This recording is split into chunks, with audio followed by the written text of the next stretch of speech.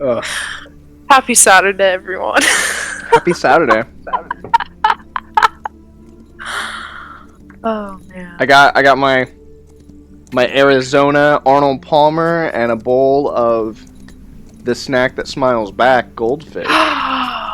Yes. Although I always say like goldfish are rad, but for some reason I'll always prefer the like dollar store cheese whales, like are just better. You know what though? They kinda are. I don't know. Yeah, I don't know why. I prefer they're cheaper and they're better because they're called cheese whales. They don't You try to know, lie to you. I've been having a hankering for is cat dog cheese nips, but specifically the cat dog ones. Those were the only ones that really hit right. Yeah, no, that's a deep cut. I remember those very vividly. Other than that, Cheez-Its all day. Anyway, The variety of back. Cheez-Its is good. All right. Weren't those cheese nibs? The cat dogs? Nips. N-I-P-S. Nips. I think. Or was Cheese it Nibs? nips? Anyway. I don't know. I think Cheese it was nips? Nips. No. I believe it's a B. I Was believe it they're B? I thought it cheese was- nibs. Yeah. I thought it was Cheese Nips. I No, don't. I can't I don't find out remember that either of those actual- things at all. Yep. It's nips. Cheese nips. N-I-P. No Yep, way. it is. Yeah. I knew it. Cheese nips. Yeah. That's insane. I probably had off-brand. That's what it was. And yeah, they There were weren't no cat cheesy dogs. They're whales. cat dogs, yeah. Cat Dog and Friends, because that was a very popular show in the 90s, apparently. Yeah. God, I miss Cat Dog. Winslow. Oh god. Yeah. So really was the best character in that. Yeah. He really held the cast together. You know. It was clear that Cat and Dog didn't really get along, you know, on set. They lived in Winslow's house, basically. You know, just scraping by. They couldn't save their money. Alright, we're getting out of hand. Well, it's really unfortunate what happened to Winslow. Like that's why they can't do the reunion shows they wanted to do. So, but you know. Wait, what? What happened I to know. I mean, Winslow? if I talk about it, I will get demonetized. But you know, like, may God have mercy on his soul as he's Okay, in jail. message me later. Yeah. What? Not the voice actor, the actual animated character. By the way, you know, I don't want to sully anybody's name. It was the actual animated character Winslow from Cat Dog. I'm even more intrigued. I mean, it has a lot. It has a lot to do with you know, like death squads in foreign countries and stuff. It's some pretty gnarly stuff. But anyway, we're gonna go ahead and get started here with the game. Let's go.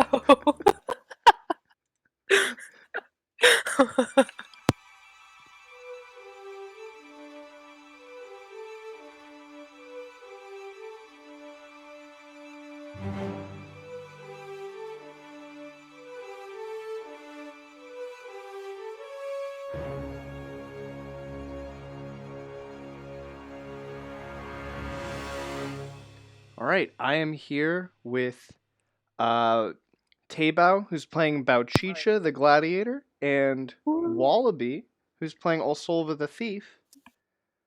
And we are in part 2 of an ongoing kind of story arc here. A few things have happened over the past few days upon your arrival back in Lankhmar from some otherworldly journeys. Do you want to fill the audience in on what has happened so far? And I'll give whoever fills me in on what's happened so far an extra fleeting luck point for the session, and I'll give anybody who can tell me what day it is of the month in Lankhmar for the Nohwanian calendar a fleeting luck as well. Are we on the day of the goose today? No, it's the day before the Day of the Goose, and I don't remember what it's called. Ugh. But I can give you an update. Actually, I think we can both give you an update. We both took some pretty good notes last time. Do you want to do it, or should I? No, if you Yeah, go both ahead. want to kind of like tag team it, that's totally fine. And if one of you wants to look there, I think I do have a handout for you if you want to Yeah, check. you go ahead and start, and I'll see if I can find out what day we're on. Well, we started out leaving Nukia, and we got attacked by an iguanadillo first off and last session, and then once tackling it, we made it back to Nings. We got to Kazahar. We met back up with Zune, I know that, and found out a little bit more about like who we needed to meet to help with Siglin. We had to find the Witch of Salem, who's going to be in the Plaza of Dark Delights. But we decided that we wanted to meet her on the day of the goose. That's what it is, because that's a good day for making friends. And found out we were 5 months in Ning's Cave. It was 5 months that we were there. So that was a little while. So when we got back, we did not have Siglin's apartment any longer. So we had to go and where did we go to? We went to the plaza.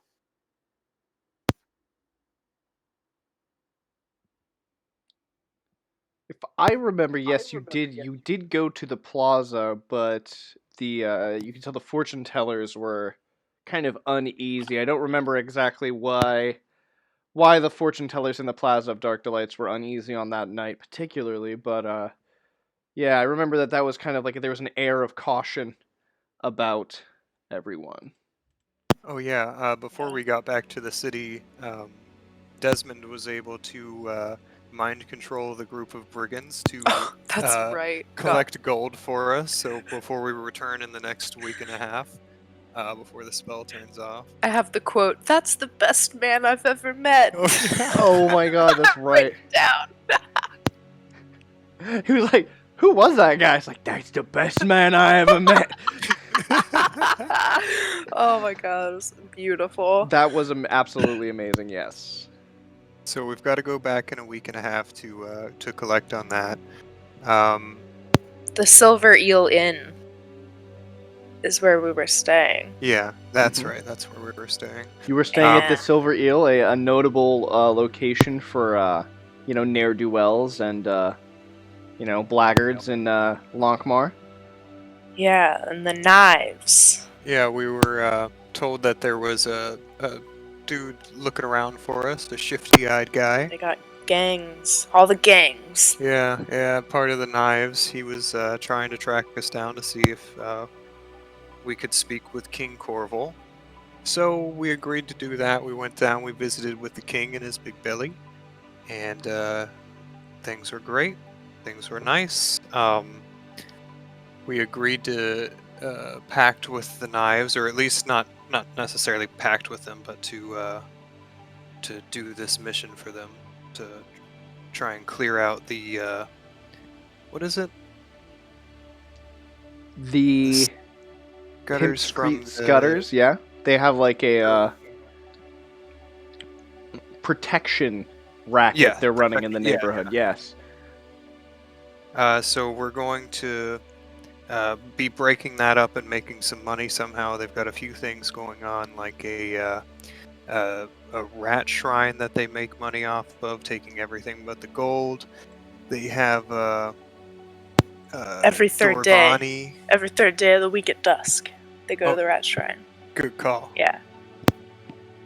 Dorvani's daughter is with the Prince of Calves. Prince of Cats. Cats, yeah. The Prince of Calves. I like the Prince of Calves, though. That's actually... It'd be a really good thing to call him in, like, if you got into a duel with him. That wouldn't be too bad. What else do we have here? Oh, that could be pretty fun. Seeing as how she's with him, they're exploiting the family, so we can break that up and get some money there. And then the fighting pits, of course. We know, thanks to Johnny Tightlips, who's going to be throwing a few of the fights. Smotty Tight-Lips. Smotty Tight-Lips. Smotty. And then I also met up with the crimson teardrop of the Black Viper's eye, if I have that correct, because I'm really just trying to remember that. No, yes, absolutely. That is on point. And we got a little bit more information about some of the owl. Oh, The 40 owlets. Yeah, the yes, 40 outlets. which seem like they might be some people that are more our speed. So we may not want to fortify ties with the knives so much, but we can do something out of this to maybe benefit both of us. Oh, we got to see the map, and we saw the star on the map with all the locations or whatnot, and then Yeah. the point of power. Remember? That's right. All the murders we found more about. That's going on too. That was a big thing. One of the reasons why we had to leave Lankhmar in the first place was Bouchicha was framed for the murder of. I think it was Mulf was the one specifically. Yes. It was the murder. You were hired by a shopkeeper whose guards were out sick for the night, and when you showed up at the shop, Mulf had already been murdered, and the town guard had showed up whilst Osolva went after the assassin. Bouchicha was caught with the guard and the body, and was wanted for several weeks. You had to lay low in Rat Court, which is over there near Street of the Thinkers on the map, and it's about where we met Denny, I'm pretty sure. Yeah, that is right before you met Dennis. Yeah, that is where, yes. He helped you through that time, and that is also where, after Osolva was, poisoned and blacked out, when she came to, she was being helped by the crimson teardrop of the Black Viper's eye. Although I don't believe they were going by that name in that moment. It was just 3 masked female figures with these porcelain masks and full body coverings other than the masks. So almost like no face, but very humanoid underneath. I believe I just knew them as the ears, brain, and something or other. The bones. Bones. Yes, they are the 3. Oh wait, 40 outlets are allies with leader Abbeth? The Abbess. Abbess. Yes, the ABBESS, I believe. Let me confirm this. I got my... Yep, ABBESS. The Abbess. Yes, okay. Abbess. Okay.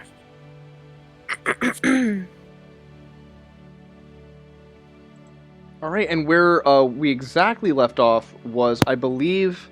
We forgot about Bouchicha's little bout with Ipshk, too. Yes, that's right. Ipshk cornered you. Here, let's go to the neighborhood map. Cornered you last night in the gibbeting yard on that bridge over an open sewer drain. Along with several other members of the Scutters. And they had you surrounded, you and Dennis. It was just you two. Dennis was riding on your shoulders. And you decided to make a dive for the sewer, which you did. You were able to go dash down in the sewer and avoid, I think, pretty much all attacks. I don't know if you took any damage at all. I don't think I did, no. Dennis threw up on you. Running through the sewer. That did happen. That's right. Yep. But other than... Oh, and you needed, a change of clothes and, a whole mess of stuff. But I think you had split up from... No, you hadn't split up from... That's right. We also need to roll 2 carouse checks at the beginning of this session for Osolva and Desi. Right, yeah, because we got cut off. Yep. Mm-hmm. You did end up kind of drinking that night, and got cut off there with Bouchicha running in, covered in sick and worse. Oh wait, what about the Chattel Street old slave barracks, the pit fights? We found out something about there was 3 winners out of 10 fights. Yes, you did. Do you remember which fights you got? You got 2, 3, and 6. I have written down. But I didn't... It's You've got some of them right. I'll say that. You got some of them right from what I have on my notes. So Yeah, we were supposed to have the last one. yes, that is correct. Yeah, it's 2, 3, or Yeah, I have 2, 3, 6, and and 6 10. written down because I was supposed to get the second winner, the third winner, and then the sixth. Yeah, or something. I remember the last, but I don't know. Well, I'll throw a luck check for it. For me, I can throw a luck out. Yeah. You throw a luck for that. King Corval sends some of their men out to get you. Oh, you have what's your luck score right now? I'm down to 14, so I tied. Okay. Yeah, I'll say that you remember that you have the last one. You have 2, 3, and 10 are the fights that you know who's gonna win. And you are all in the grindstone. You have your clothes, you have your food and your gear from the boat.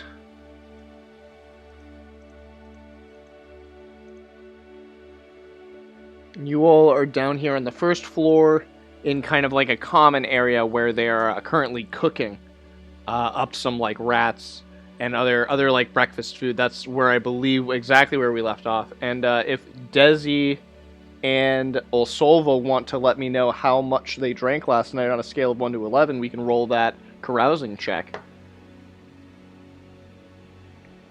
Let me just check for Desmond here real quick.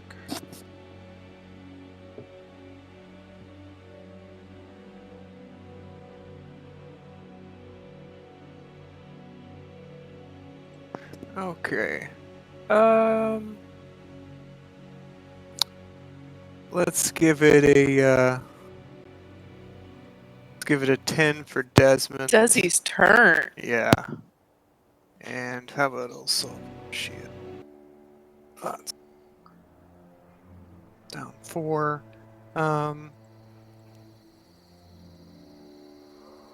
Say a 6. Okay. So, go ahead and roll a d16 for Desi. And the 6 will be a 3, 4, 5, 6, 7, a d8.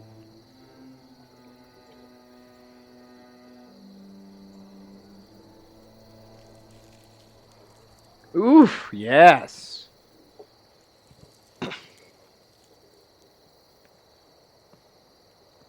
A D8. Oh, okay, it's working like automatically now. It was making me, hold and throw before, but yeah, I must have just needed an update or something. Okay, so let's see. Roll a d5 for Osolva, and Osolva gains a d. Yeah, roll a d5, and you regain that many luck points.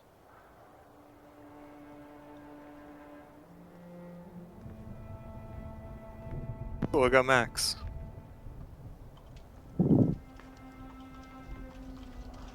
Nice, okay. So you get max luck, and you also get...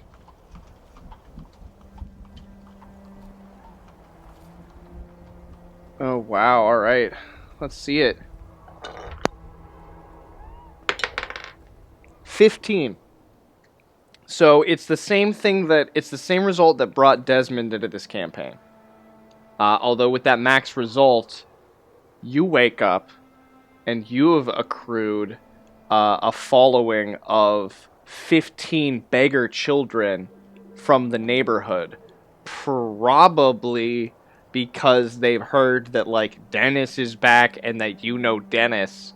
And maybe you, like, talked some stories up about, like, how Dennis has, like, helped you all out. And now these beggar kids are, like, they're convinced that if they help you all out in any way that they can, that, you will similarly, help them out with maybe bringing them up to like the next level above beggar children here in the city of Lankhmar. However, they have incurred 7 gold rilks in expenses that you've like given out to these kids while you were drunk, in like some good-hearted, good faith kind of stuff. All on the other side of that coin, Desmond Desmond gains 2d7 luck, and I'm gonna adjust this a little bit. It's a little too rowdy for what would happen drinking in King Corval's court. So I'm gonna say that he wasn't robbed, but he got into kind of like a fight. He got into like a pit fight on the floor of the court, and he's gonna be missing. He's missing a tooth, and he's got a black eye. But otherwise is uninjured from that. He's got a wizard's tooth. He's got a wizard's tooth. So that finishes up the carousing rolls. You are all recovering from your night of drinking or night of running through the sewers. Osolva and Bouchicha and Dennis, I will say at this point have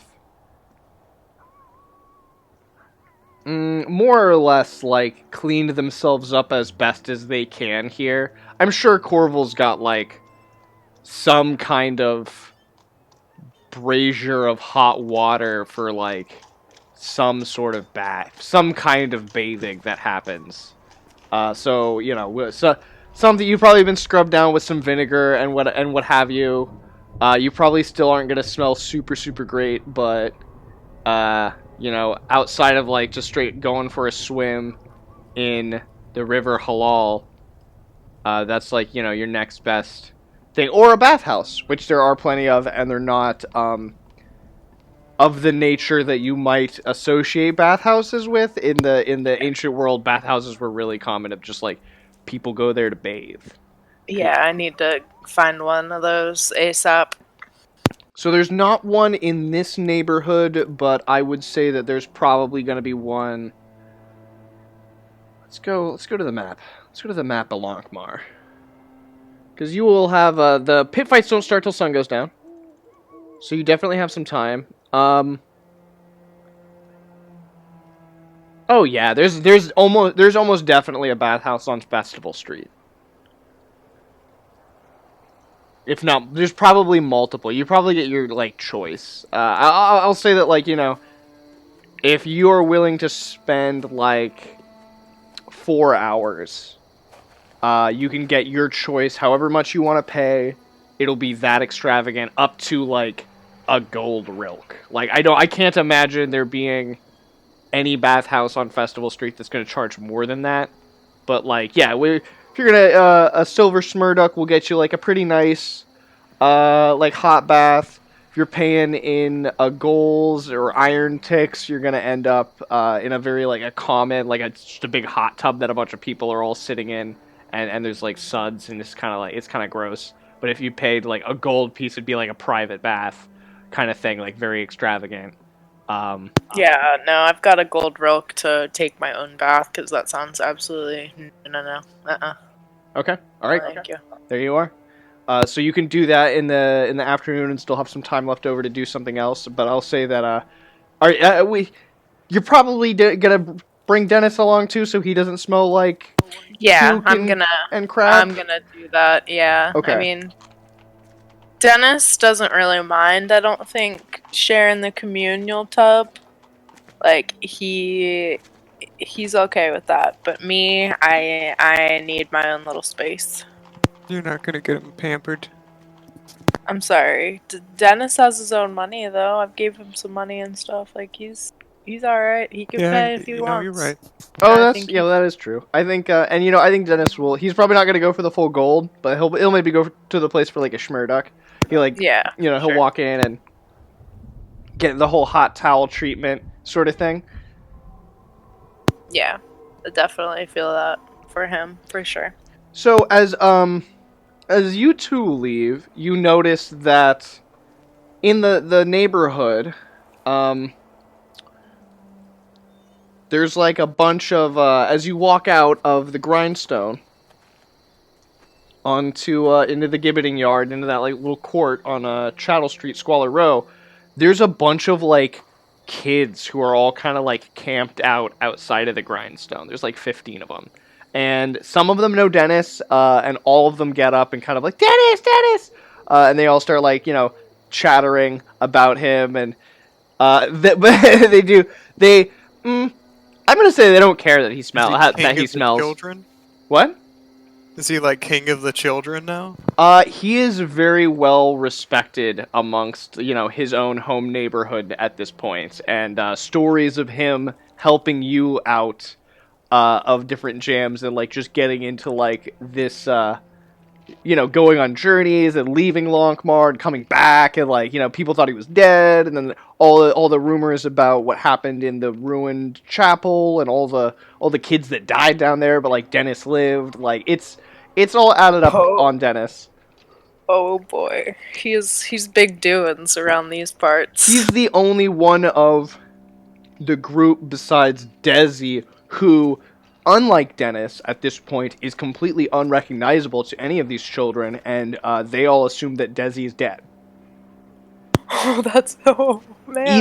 Even because all of those kids died in that thing, they just assumed Dennis was one of them, or Desi was one of them, because he never came back out. Desi the child never returned is he out from on that this thing. trip? What?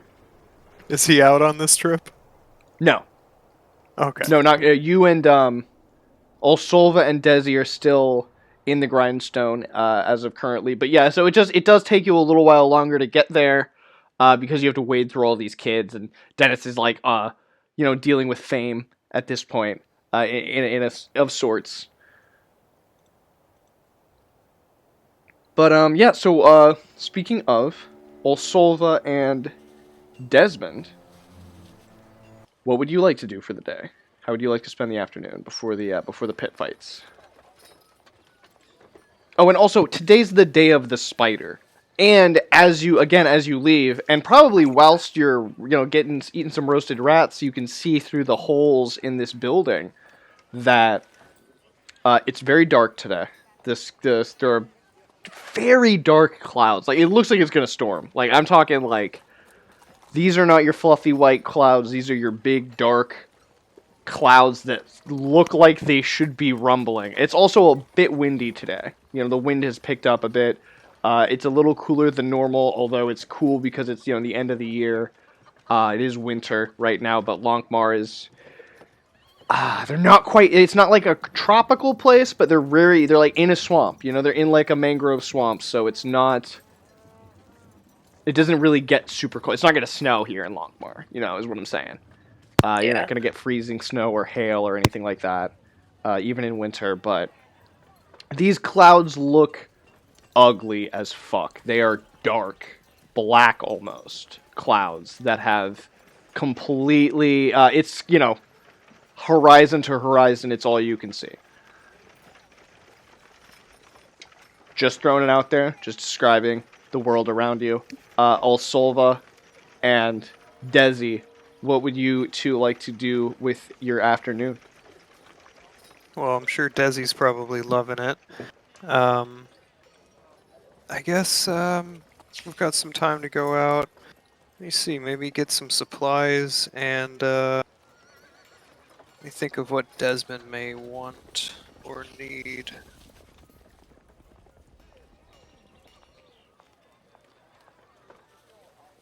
Guess he wouldn't really need any.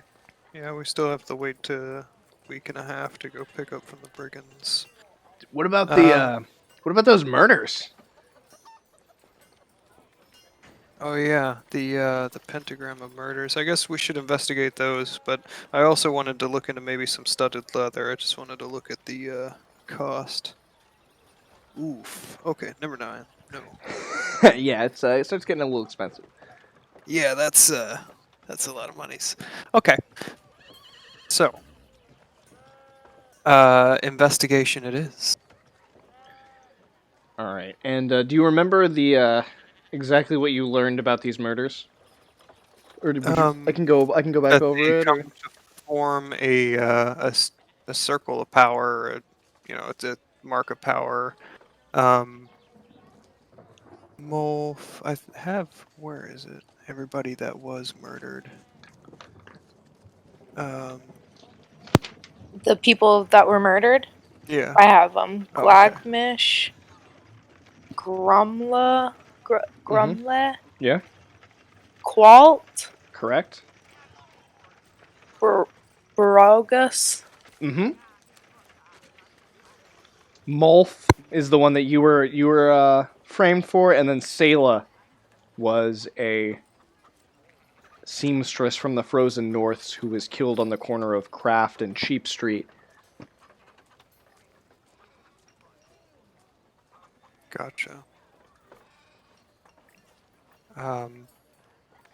So I guess probably I'd want to take Desmond to the center of it to start there. Mm-hmm. No, that's a good. That is a very Point of good. power. Yes, that's a good place to start. So let me give me a moment here.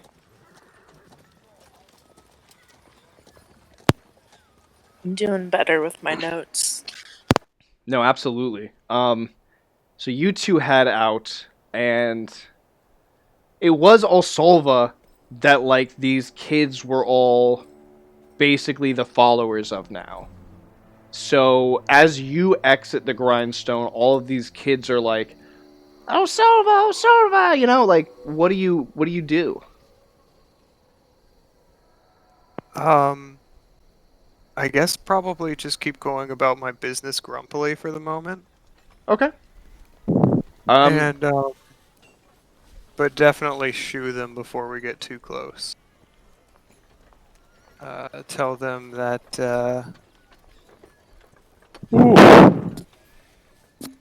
you alright? yeah.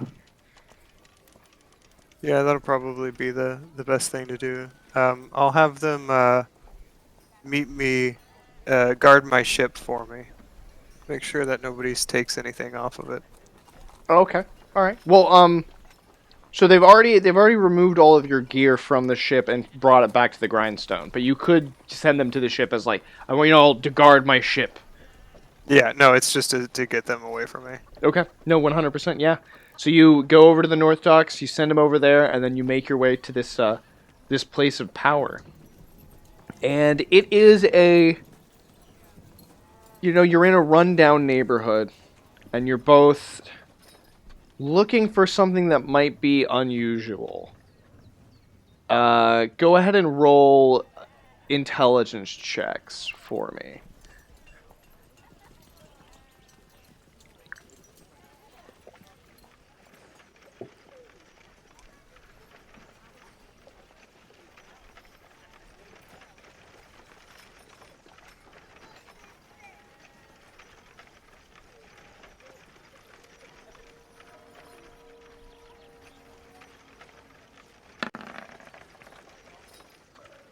All right, 12. And ooh, yes. Okay. Beautiful. So you come to a sagging structure whose roof is partially caved in. It's a very disused, it looks very forgotten about. And it's kind of like in the center of this winding neighborhood with its various like stone-walled courts and wrought iron gates and fences, and it's just kind of a labyrinth in and of itself. There's no really defined streets or alleyways here. It is like a bit of a labyrinth, but you discover this. It looks just super disused and forgotten about, hole in the roof. And you approach. You feel like you found the place. How do you approach this building? It's in it is walled off. It has a rusty gate that seems like it's chained and locked.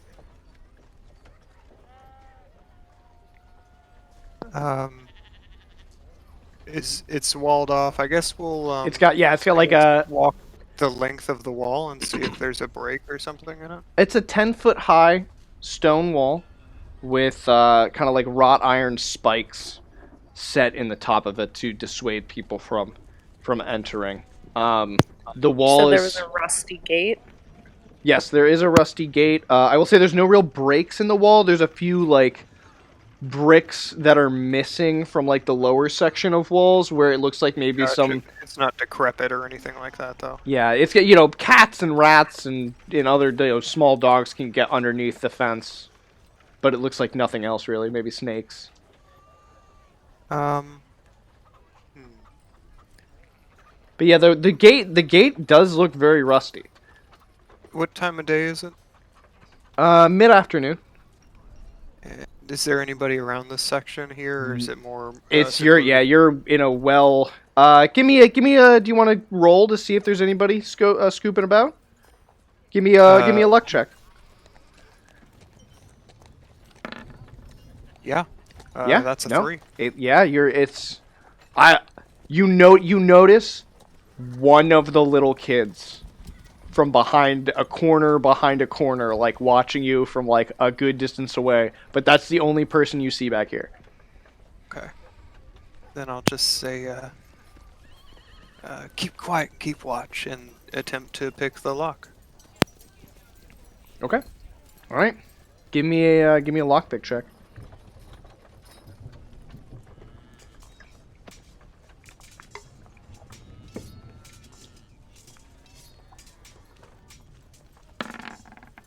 Oof. Let me throw some luck on that. Yeah, absolutely.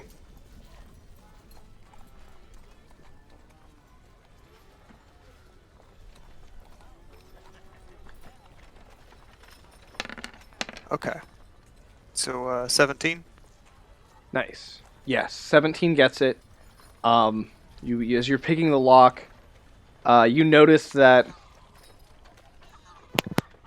the lock itself, you're able to get it open, and you just notice that like there's something about the lock is new. The chain is old and rusted. The lock is kind of new. It's newer than the chain for sure. It might be old or used, it's not like brand new, like off the shelf, but it's newer than the chain. You do notice that, and you're able to the gate opens up, and you're now in this court. The door to this house is, because the house is kind of sunken, the door is ajar, but it appears to be stuck. It does not open or close any further than what it's at due to the roof foundation putting a lot of pressure on it, but you could potentially try to force it. Okay. And that's the front door? Yes. I guess we'll... There's also keep a couple different windows, and you entrances. haven't seen the back of the building. Yeah, no, I'll check out the back. So as you're walking around the back, can I get a... Can I sneak since I'm, on somebody else's property? Absolutely. Yeah, give me a sneak check. And then Osolva, let's get a sneak check and give me an intelligence check for Desmond. It's a 17 on the sneak. Cool.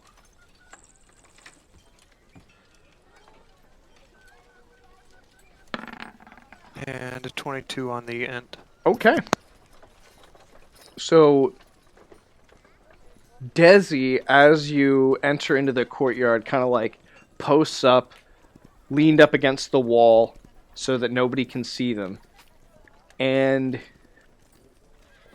before you start sneaking away through the very tall grass and weeds in this courtyard, he takes note and points out to you that the windows of this building are frosted over.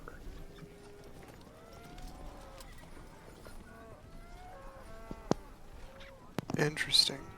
First, the center of a circle of power.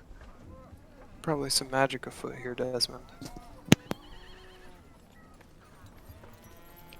That or their But I say AC that all is with really my eyebrows. good. I don't actually say it out loud. Yeah, no, perfect, yeah. So you go around the back, and there is a door that is actually hanging off its lower hinge. The door has been completely, pulled up open, and you can see into the building where it's dark, save for the single shaft of light coming in from the hole in the roof. And where that shaft of light is shining down, you notice that there are sigils placed upon the floor, and they are in like a wreath of like something white. There's something like white that encircles this sigil that's on the floor, but you're not in the building. All that you can see is that shaft of light. You can't really get a good look at what's between you and that shaft or anything else until you take a step into that room. Gotcha. Can you like check if it's cursed or something? Yeah, I guess I'm going to Or trapped? have Desmond cast Enlarge on me, and then I'm going to check for traps and enter the room. Interesting. Okay, go ahead and have that enlarge check. Give me that enlarge check, and then we'll see what happens.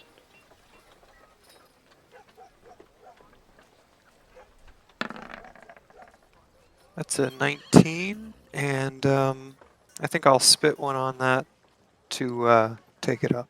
Okay, Pert. Yeah, rock and roll.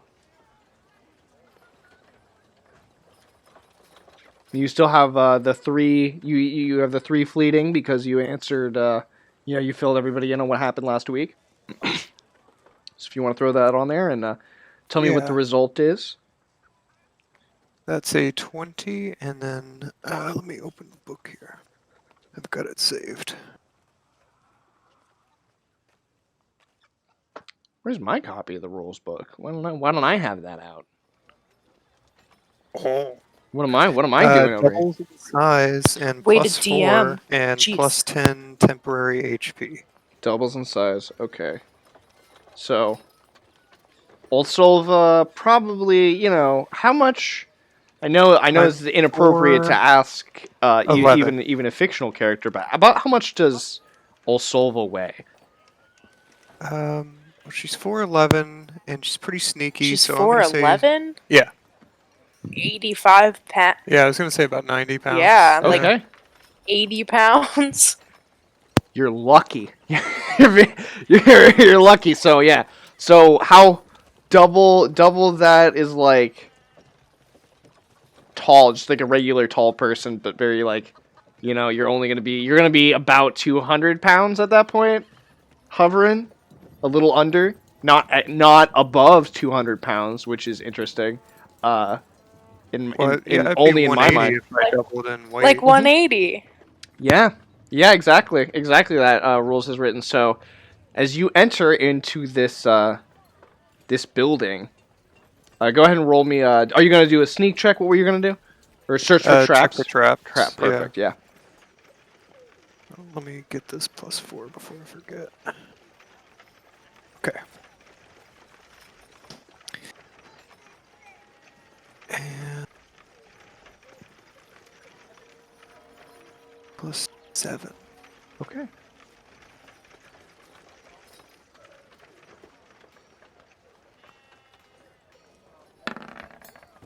Spit some luck on that. Spit a little luck on it.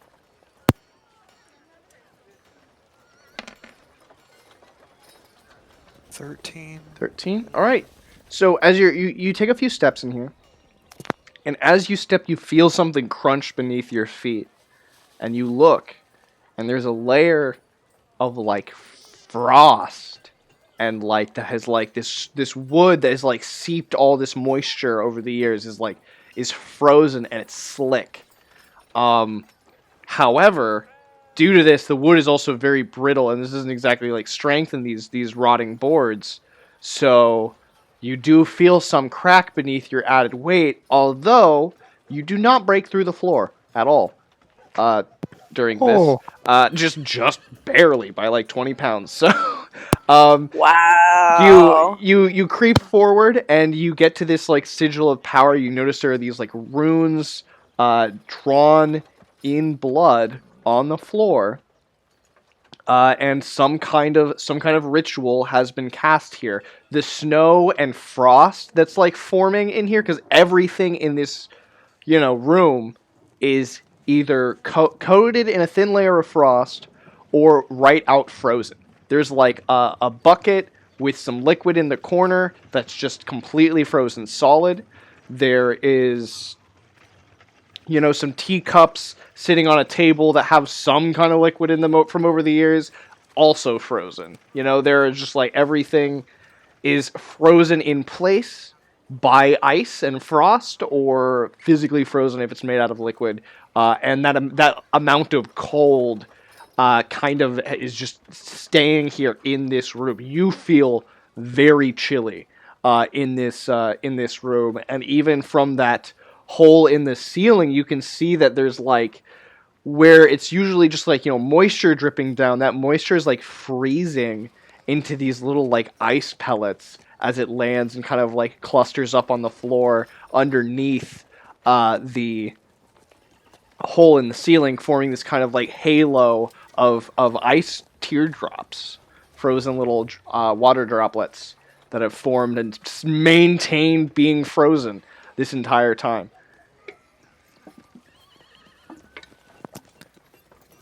Cool. I guess the only thing probably of interest that I see is the circle of sigils. Mm-hmm. I guess we'll check that out. Probably Desmond do his smart man thing. Yep, give it a roll. Would it just be an int check? Yeah, well, actually, I would give this a. I would Does pull. he I get would the pull out the room? old 3.5 rules, and I would say it's a roll a spell check, and this is your knowledge arcana roll here.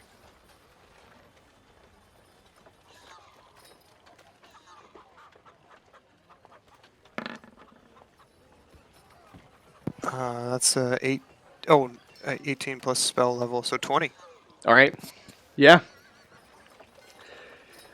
Desi's like, this is very powerful magic. I'm not familiar with this kind of magic, but this is idle magic. This is another form of magic, and it seems to be some kind of control spell. I'm gonna write these sigils down in my book. I think maybe I can figure out what was done here. Some kind of ritual, some kind of magical empowerment ritual was done here to cast very powerful magics. I don't know to what end or what means, but a very powerful spell of control was cast here. Good job, Desmond. Hey, anytime. So it probably would be a good idea to stand in it and dance, right? Oh, does Desmond come into the room with you? Well, no, he's just at the At the door. doorway. Yeah, but to like, he's got to get. Are you roll a luck check? Yeah, how much does he weigh? What are we doing? Not, here? yeah, more than 20 pounds. Right. What are you doing? It's probably gonna be fine. Okay. Yeah. So, no, yeah, you leave and you're like, all right, go. You should be fine. Go and check it out. I'm gonna say Desmond's not over 200 pounds. He's not gonna crash through the floor. He goes in. He sees everything. He tells you all that stuff. He's like, yeah, it's a control spell.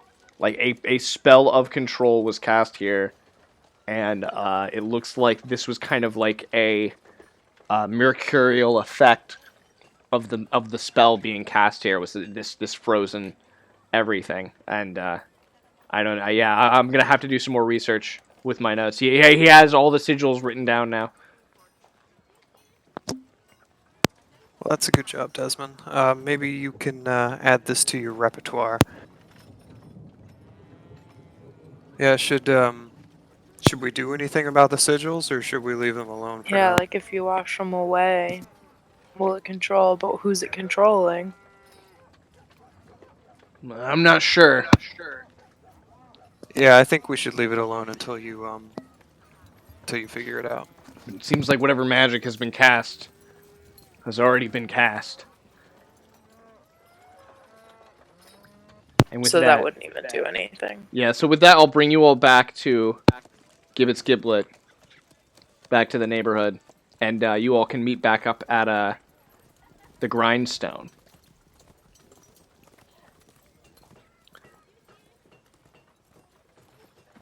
And talk about your plans. I'm gonna say it's about 5 p.m. It's almost time for the pit fights to begin.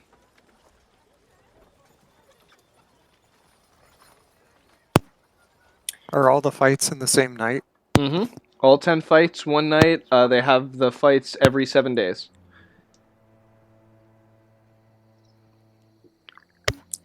Okay.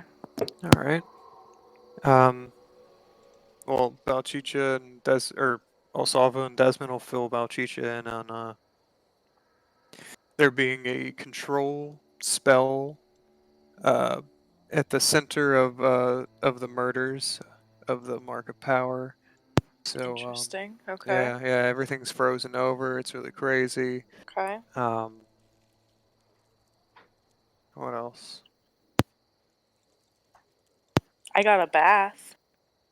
Oh, nice. Yeah, you do not smell as bad. That's for Thank you. sure. Thank you. Looks like Desmond or Dennis got cleaned up too. Well, do you want to head to the... Do you want to head to the fighting pits?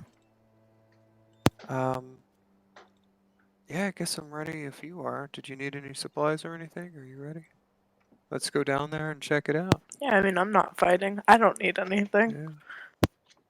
You got some gold to put down on to bet? And you know which fights? Yeah. Okay. Alright, so it's dimly lit here in this slum. Not entirely dark. The air clarity, though, is going to be...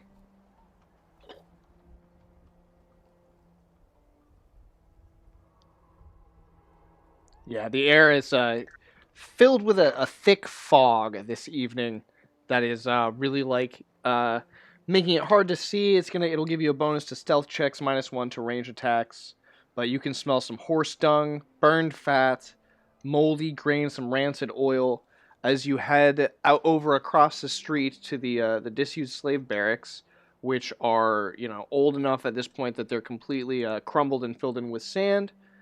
And let's see, where are we at here? All that you can see within them is like where the cells used to be. There are kind of like walls that are like half opened up. Let me give the I believe I have a better description here.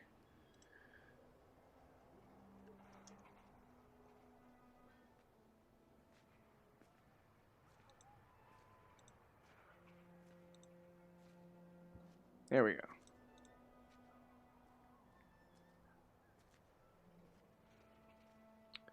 Yeah, the remains of an old wall surround a low pit. The walls are cracked and blackened from fire and are overgrown with thorny vines. And usually during the day, it's just like crazy people and homeless people that kind of mill about here. But once a week, the Scutters come in and they drag everybody out and they set up some torches and they hold a series of pit fights. And the whole neighborhood kind of comes out for them because it's like one of the only forms of entertainment for the people living in this neighborhood, and it's one of the only forms of ways to potentially make money for the people in this neighborhood as well. So from what you've learned, they will cover bets up to 20 coins, although they do not accept gold rilks or silver smurducks. They only accept bronze goals and iron ticks. So you're not going to make a bunch of money here at these fights, but you can very much so, keep the Scutters from being able to make money because they will be the ones pulling in, a good amount of gold worth of this, loose change that people are betting on these fights. So I will go ahead and, yeah, let's set this up here.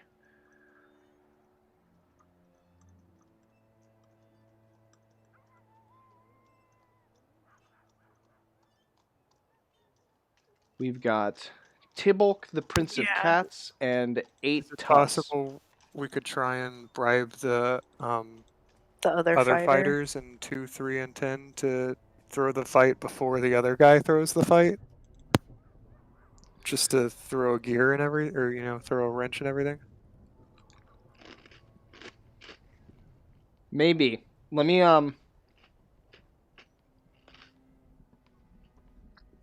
give me a second here.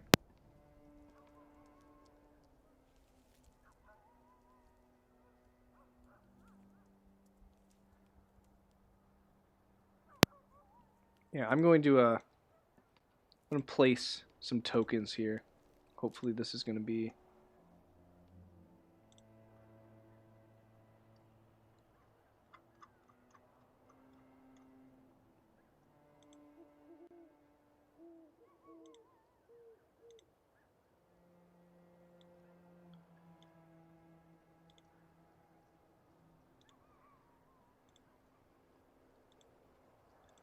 all right. And I'm just going to also give the named one a name.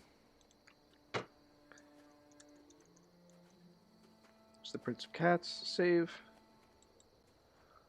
And then we've also got here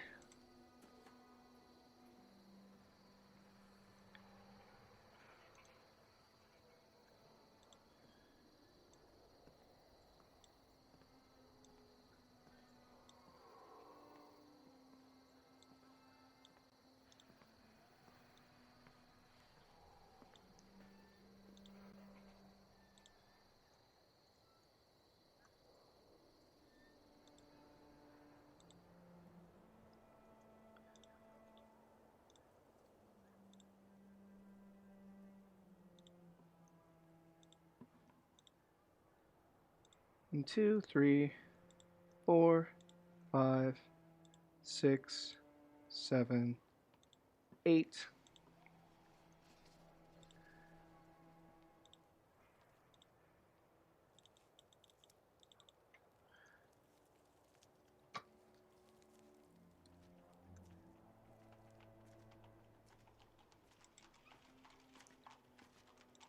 Two,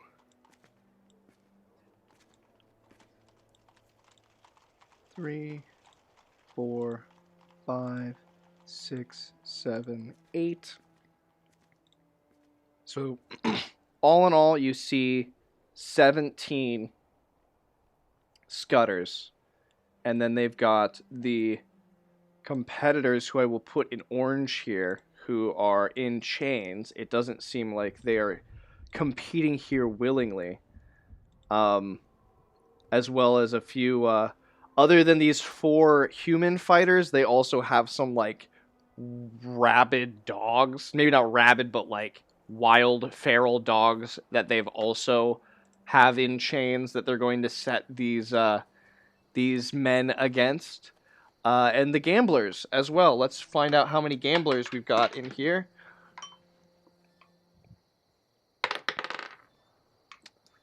We've got 30 of the neighborhood folk who are here as well. And they're going to be filling out the rest of the crowds.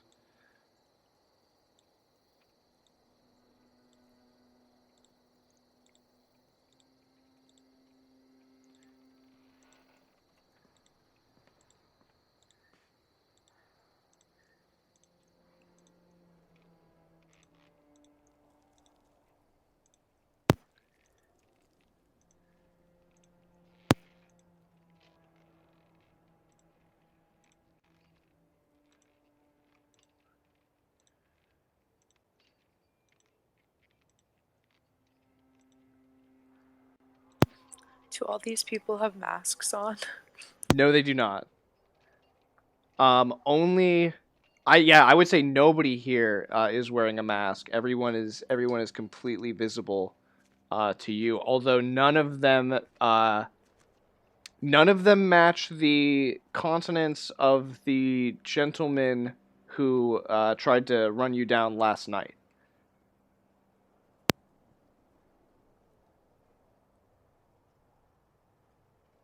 Okay, they don't look familiar.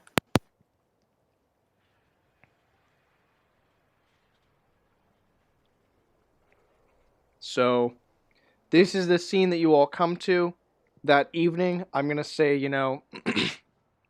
let's see, what is the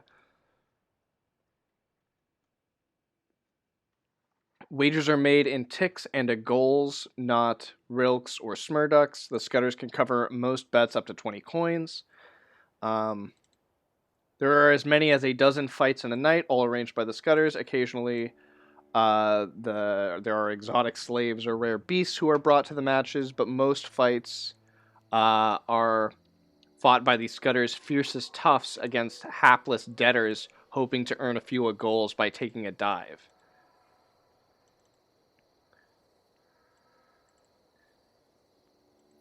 The rules, such as they are sparse and are being judged by Tibulk, the Prince of Cats. And so they're going to be setting their own toughs, who are the ones in red, against each other, as well as these 4 slaves who are people who are just in debt, trying to pay off their debts they have to this gang by fighting here in these pit fights.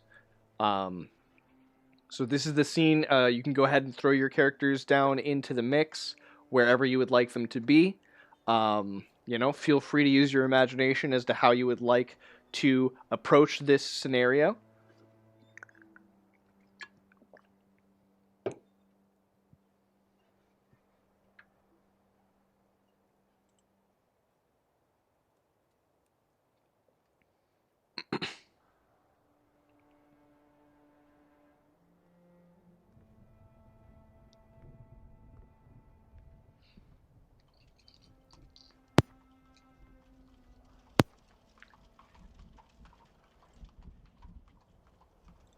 And how exactly are you? What do you think? Yeah, tell me a little bit. I can see you're gonna be approaching here from the south a bit, kind of working your way into the crowd from the back. Yeah, I think that's kind of the best way. Yeah, I'm thinking so too. So yeah, we'll kind of work in, mingle around a little bit, and kind of just kind of check out where everything's at, where the what are they called? The people who take bets and stuff. Bookies. See where they're at. Bookies. Just kind of scope it out. See if maybe we can find some of our fighters who are supposed to, or the challengers to the fighters who are supposed to take a dive tonight. Right, and you do know. So the I'm gonna shrink you all down a little bit.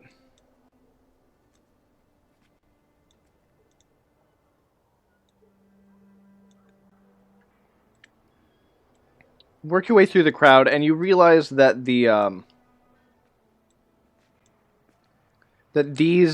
red tokens here on the outside walls, kind of like each of them is kind of posted up in their own, or a couple of them sharing a disused former cell. These are the ones who are taking and exchanging bets. And then there's another one of them who is running the money. They have little money leather coin pouches that they each have, and then they're emptying those coin pouches into a larger bag being carried by another one of these Scutters, who is running it up to the Prince of Cats, up at the northernmost section of these old barracks, and he is loading them into a lockbox that he is being held by, a guard who is near his person at all times. And that you're scoping it out. You're kind of mingling in the crowd a little bit, right? Yeah. All right. Go ahead and have each character roll me a luck check.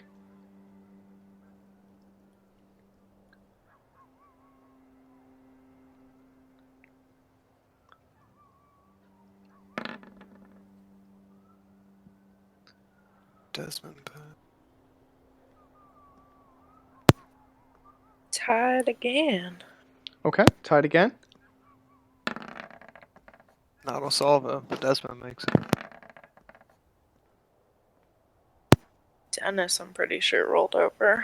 Yeah. All right. Definitely. I need to know by how many points these PCs failed their luck checks by.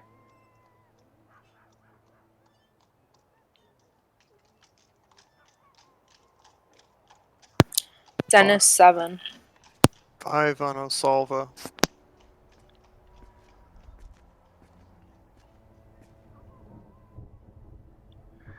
Okay.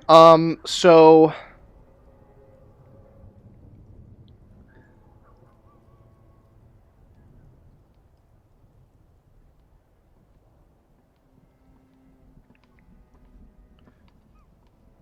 All right. Yeah. Dennis, while in the crowd,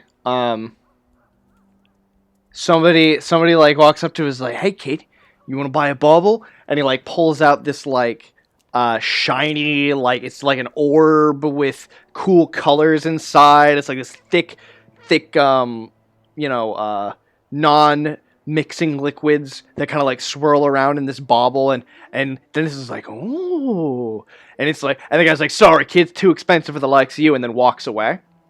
And what was that? Osolva gets Yeah.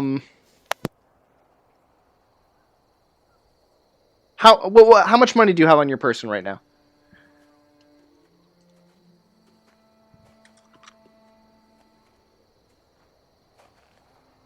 After the 7 that I lost, I'm down to 18 gold rilks.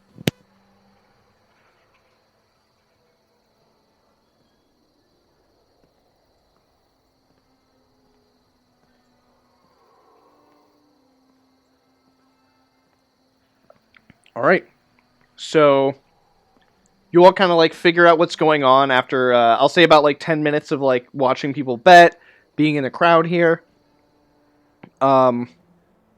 Olsolva, you have 5 of your gold coins are missing. You don't realize it right now, but you will. And all of Dennis's money is gone. Dennis realizes that probably about 10 minutes in, yeah. Dennis is like, "What? Someone got off with my coin purse." Damn it. Okay.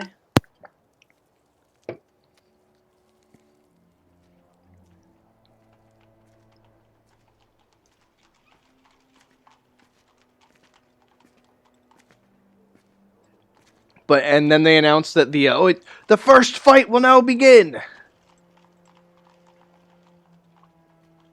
And it's going to be against this guy versus this guy.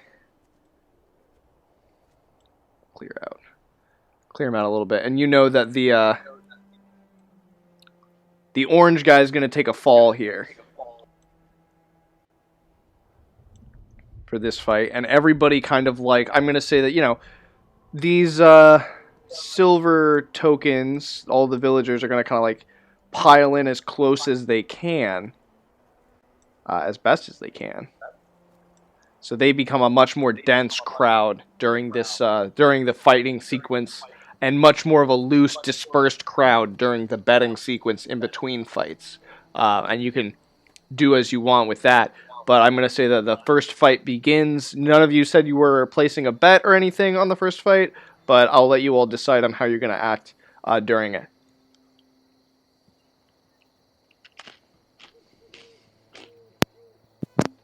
I guess we'll try and see who's in on the second fight. We know who's supposed to lose, so I guess we'll find the other person that's supposed or that doesn't know. Mm-hmm. And this Can one's I say, okay, I know, I'm sorry, I don't mean to like ruin it, but I know that we know that who wins the last fight, but did you actually give us a name or anything? Or no. are we gonna? I didn't give you a Okay. name, but I can say that you know who's they're gonna throw the fight. I'm gonna say these are the 3 like human fights, and that the fights in between are probably gonna be mostly against like humans and dogs and stuff like that. Okay. Okay, no, I was just confused as to like, were we supposed to actually know exactly who or whatnot? Like, Oh no, you're all good. Okay. Okay. Yeah, the only thing that you're supposed to do is have fun and interrupt the Pimp Street Scutters money that they make. Yeah. I guess just making sure that we know it, but we don't actually have to know. It's all good. So I guess we'll look for the second fighter, who doesn't know that the other one's taken a fall, and try and offer them a gold rope to throw the fight before they do. While the first fight's going on and everyone's distracted, I suppose. Okay. So yeah, the person who's supposed to take a fall is orange, and I'm gonna say the next fight coming up that people are, you ask, like, hey, what's the next fight gonna be? They tell you it's gonna be with this tough right here. He's hanging back right now. He's getting ready. He is more or less alone. So if you wanted to sneak over to them and try to figure something out, you could. Yeah, I'm You gonna wanna do? Okay. go for that. All right. So you're gonna try to convince them that the fight that they're about to have is going to be thrown by the other opponent, but you want to get them to throw the fight. So you're trying to Yeah. get them to kind of like. I want them to throw it first, before the other guy can, and he'll make a gold out of it, which is more he's gonna make out of this fight anyway. Okay. All right. Go ahead and roll me a luck check.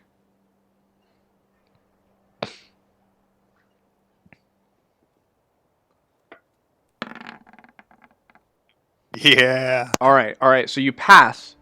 Doesn't exactly go your way though. You approach them, and you're like, "Hey, look. If you throw this fight before they throw the fight, because look, they're gonna throw the fight. I don't know if you knew, but they're gonna throw the fight. You throw the fight before they throw the fight. I'll give you a gold piece." And he tells you to fuck right off. He's not going to betray his gang.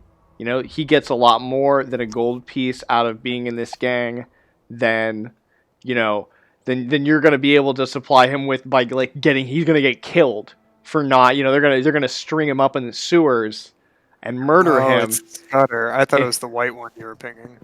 Oh no, yeah, it's a Scudder. They're all Scudder fights.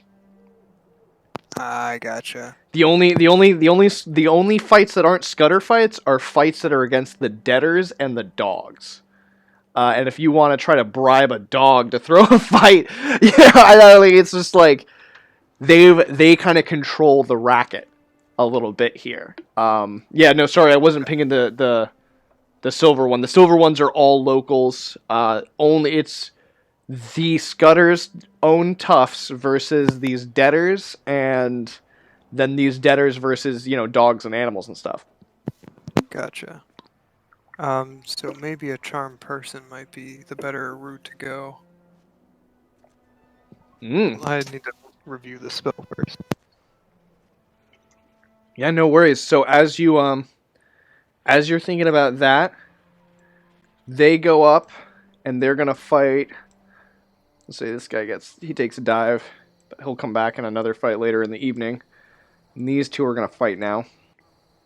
And the crowd, I'm not gonna animate it all, but like the crowd loosens up a bit, and the next phase of betting begins before the next fight. They kind of announce it with these two, and they're gonna be like, all right, next fight's gonna start 5 minutes or whatever the medieval equivalent of 5 minutes is, and everybody place your bets because we're gonna be starting soon.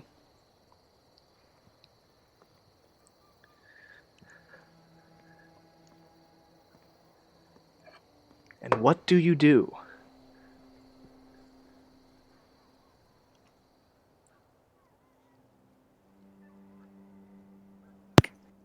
Steal what? So, I guess we're stuck between if it would be better to try and maybe steal that lockbox full of money, or use our charm person spell to try and screw up the fights here. I think.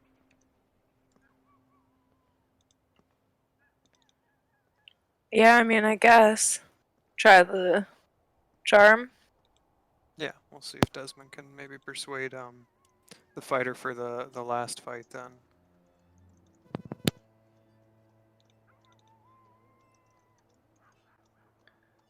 I guess can we mosey around and see if we can find out who the who the 10th fight is? Absolutely, absolutely. Yeah, you can get a hold of that. See if I can get the. This is probably better. All right. So yeah, you figure out who the last fight's gonna be against, and it's actually gonna be against two separate toughs. Two Scudder toughs are gonna fight each other, and it's kind of like gonna be the main event. It's kind of been pumped up as like a grudge match fight between these two Scudders who have like known beef, and they are going to try to capitalize on that here and get them to fight for the enjoyment of everyone. At least that's how it's billed. Of course, one of them will be the one taking the fall, and the other one will be the one winning. It's a little bit of a theater. I guess, well, I'll go and see the one that's supposed to take the fall. Or, not supposed to take the fall. Yeah, the one that's supposed to win Yeah. Okay. is the guy that's like... And then, go with Desmond, and once we get kind of in range, or eyesight, we'll go ahead and roll that spell. Yeah. All right. So you're gonna try to do some magic here. Try to keep it hidden, keep it secret that you're doing this magic. Are you?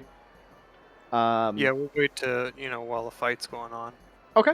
And Yeah. Everybody's looking at that. Can I get a? Is Osolva? Who are the two that are approaching here? Osolva and Desmond. Okay, so give me a sneak check from Osolva to kind of like hide.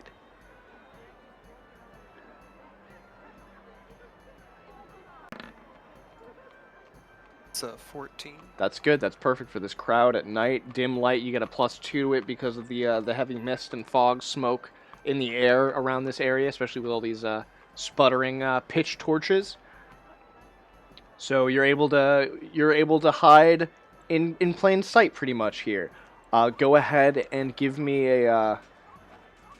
I'm gonna say that that's enough to help get Desi through the crowd to where he needs to be to get this person's attention. And just give me a luck check for Desi. He makes it. All right, perfect. So yeah, Desi, go ahead and approach. I'll say that they're chilling in that same corner right over here. It's that red one right in that corner there, and you can approach while Osolva watches from just behind these people right here. You get Desmond here. All right. Go ahead and roll this spell. You're gonna do a charm person here. Let's see how it goes. Okay. I'm gonna spellburn 2. Okay. Strength here.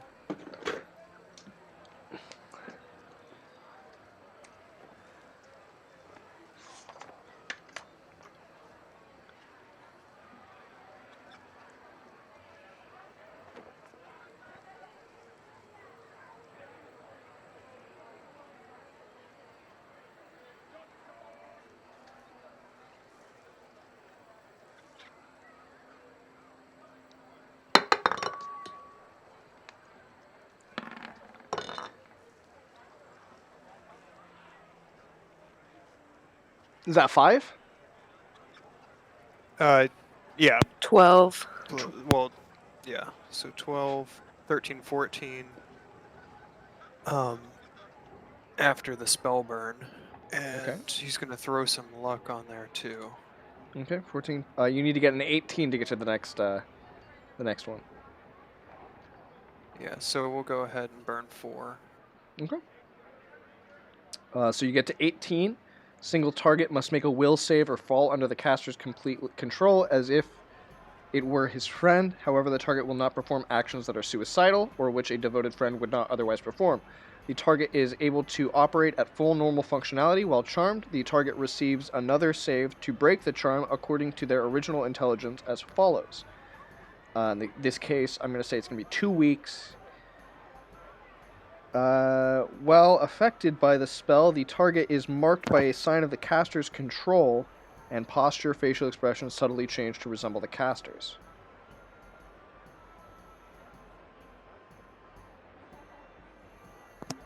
Cool. So I'll say, hey, listen, friend. I care about you very deeply. We were best friends back when we were younger, don't you remember? Oh yeah, I remember. Listen, you need to get out of this. You gotta throw this fight. The other guy, he's gonna try and throw this fight, but you need to throw it first. You need to just, as soon as he swings some wind at you, just fall and die, and then get out of here. To save yourself, you know, it's all about you. Wow, damn, yeah, and I never thought about it like that. I always thought, if I was working in this gang, I could maybe work, get some rilks, get my family out of poverty. But sometimes it's okay if the only person you save is yourself. And I thank you for telling me that. I finally understand that now. And yeah, I'm gonna take the money, and I'm gonna run. I'm gonna get out of Lankhmar. I'm gonna get out of this game.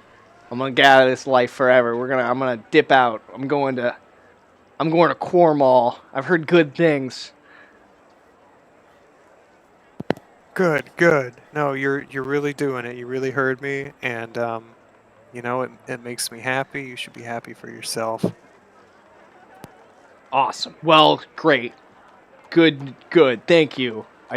He puts his hands on your shoulder. He's like, "Thank you so much for coming over here and telling me this. It's been so long, Dang, I really needed to hear that right now." Yeah, that's what I'm here for. So, okay. I will say that you're about halfway through the fights now, so there's like 4 more fights before this one big fight that you've now fixed in your favor, potentially. Or it out of the favor of the Pimp Street Scutters. So, I guess my question for you is, what is your plan of attack here? What are you gonna do? How are you gonna make this work for you? I guess, well, we've thrown everything off a little bit, but we could probably do better. Maybe we could distract them and run off with their money box with all the bets. You're gonna try to do what now? Oh yeah, when he throws the fight and everybody's distracted, I want to try and grab the money box with all the bet money. Yo, that's crazy, but yes, okay. I think that's actually a really decent plan here, plan of attack. So what I need from you, who's gonna do the what's your plan of attack? You have, I'll give you some time. You in game, you probably have about an hour to figure this out. How you want to do this, like who you want to go over there and grab it and shove them over and make a dash, and how you want to distract the crowd further to keep these like 16 scutters from chasing that person down. Yeah, take your time to figure it out. I'm gonna take a quick bathroom break, and we will return. After you will, you take a minute to think about how you want to do this. How you want to approach this, because this is Okay. I'm very excited to see how this plays out. Okay.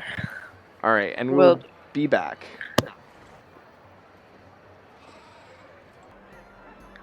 All right, I have returned if you all have. I'm back. Andrew is almost here. This is turning out to be quite the encounter, to be honest. I'm very intrigued at how this is all gonna play out. We have some sort of plan.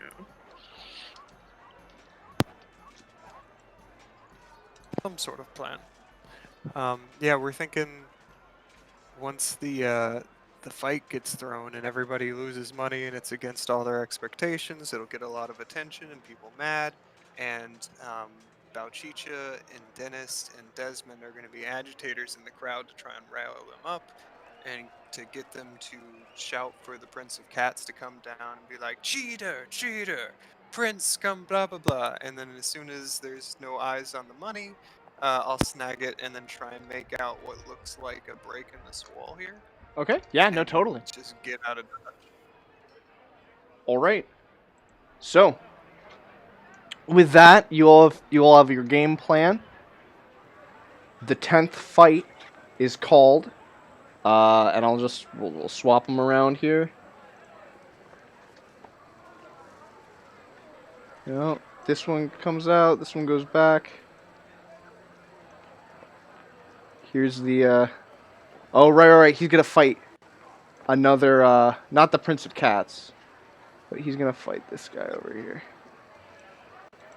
So we're gonna be fighting a rookie who's been talking shit, and that is how they're advertising this fight. It's like the rookie versus the old guard. Who's gonna come out on top? The rookie's been talking some hot mess, and now this old guard's gonna like come out and put him in his place, knock some skulls.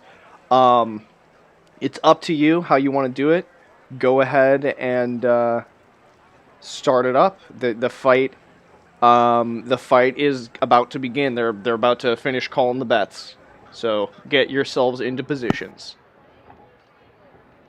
Okay, guess, so you need to get Go up. work into the crowd, and then I guess I'll do a sneak to kind of start working Yeah, my way you back sneak yourself around towards up the money there to the without money drawing any area. attention. Perfect. I mean, we're pretty much in the crowd. It looks like. But are we too far over? Do I need to get? You probably have to move Yeah, up to like about right okay. here. And then just kind of disperse. Oh, I from was there. hidden back behind. Okay. I think that we need to maybe be closer to like the wall area over here, Perfect. but in with the crowd, Yeah. just so when duty pops off, we can maybe just backstep out through here and kind of off into the Scutter zone. Okay. Yeah. It's definitely a plan. Go ahead and I'm gonna say, yeah. The Prince of Cats announces the fight. The two contenders step out into the ring. The last fight of the night. There's energy. There's electricity in the air. Everybody is ready for this to begin. People are sitting up on the walls, looking down in on the pits. The crowd is murmuring with excitement. And with the first swing, one of the contenders immediately goes down. Just immediately hits the ground, does not get back up. The count begins, and you can tell that among the Scutters, everyone is like, yo, did this rookie just knock out one of our best dudes? Wasn't he supposed to throw the fucking fight? And like, you know what? Like, there is an extreme aura of confusion amongst the Scutters. And I'm then gonna scream, cheetah! Cheetah! yeah, but yeah, before I could even describe how the crowd reacts, you start like shouting cheater, and that starts getting everybody really, really riled up.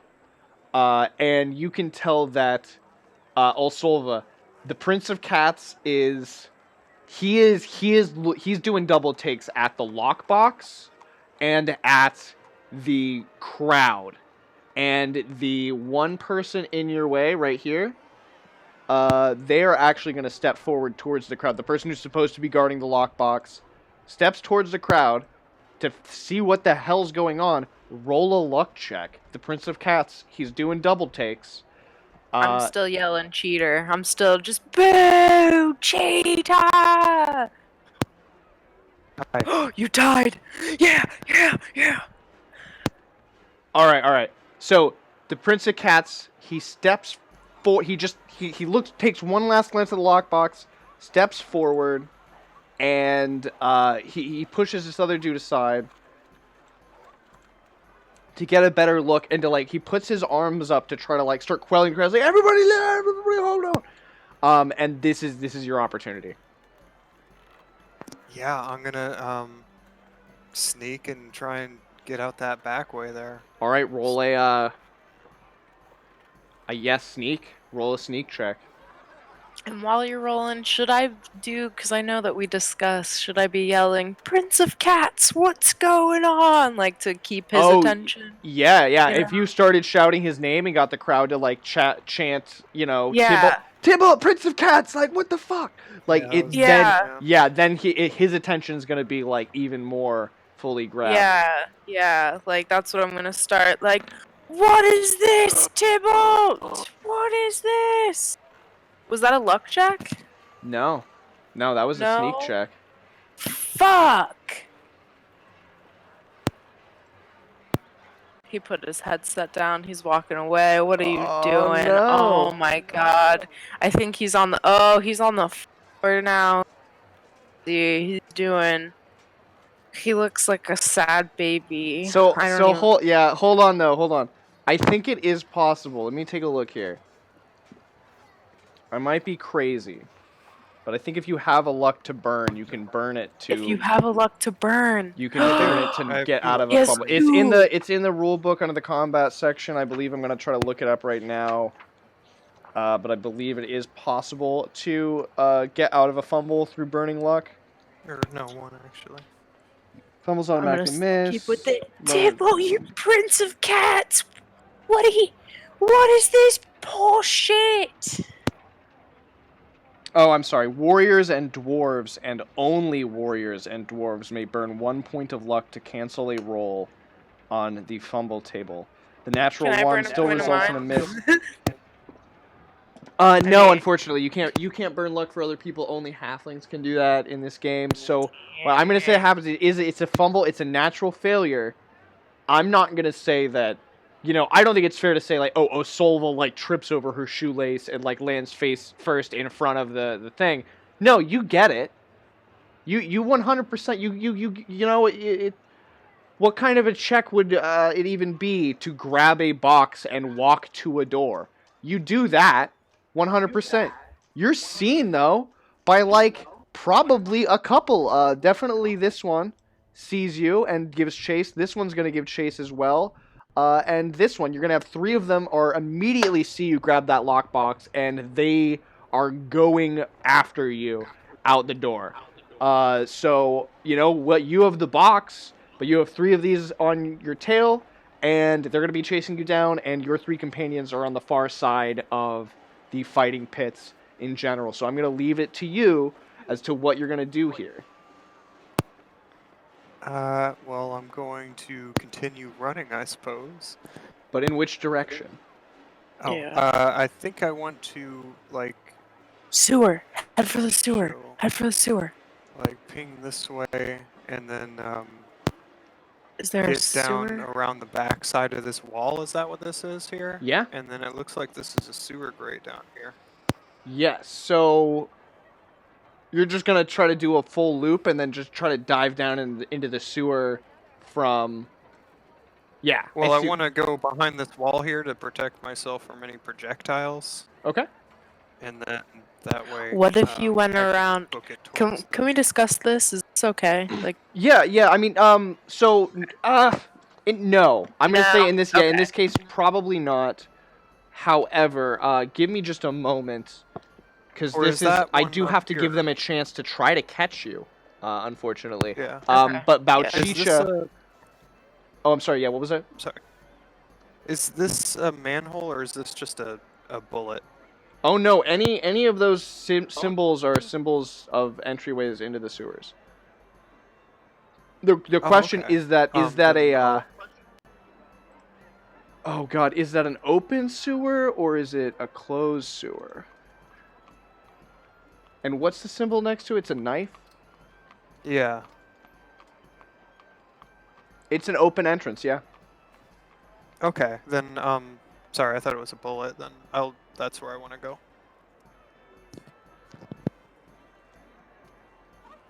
Okay. So give me a reflex save to try to get out of. Thought there were chase rules, but I think I might be wrong.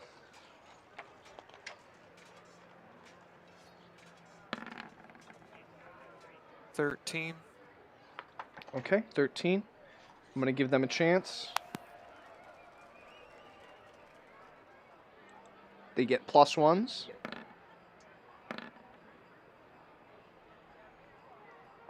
Ooh, one of them gets a nat 20. Two of One of them them. don't. Yeah, only one of them gets to you. All right, so they're going to try to grapple you.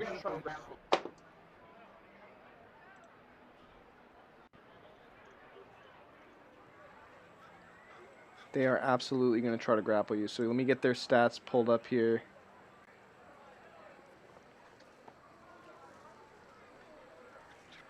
Yeah, just a +1.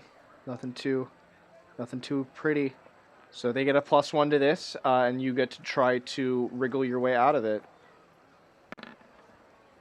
They get a 4 all day. So as long as you can beat a 4 Holy shit! on Come on, either agility or strength roll, I'm gonna say you Please. can probably get down into the sewer where you're gonna have to make your own rolls for stuff. Okay. Yeah. Hey. So you make a quick dive into the sewer entrance there on Squalor Row, and I will bring you down here into the sewer.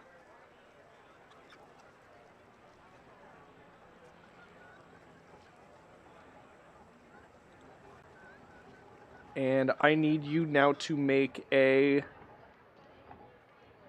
fortitude save.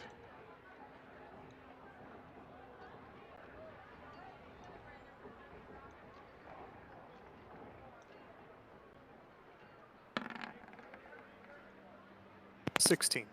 16. You pass the fortitude save.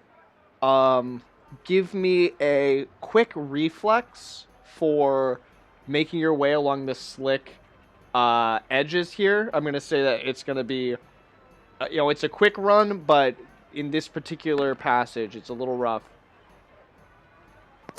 That's a 9. A 9, do you want to burn 1 point of luck? Yes. Okay.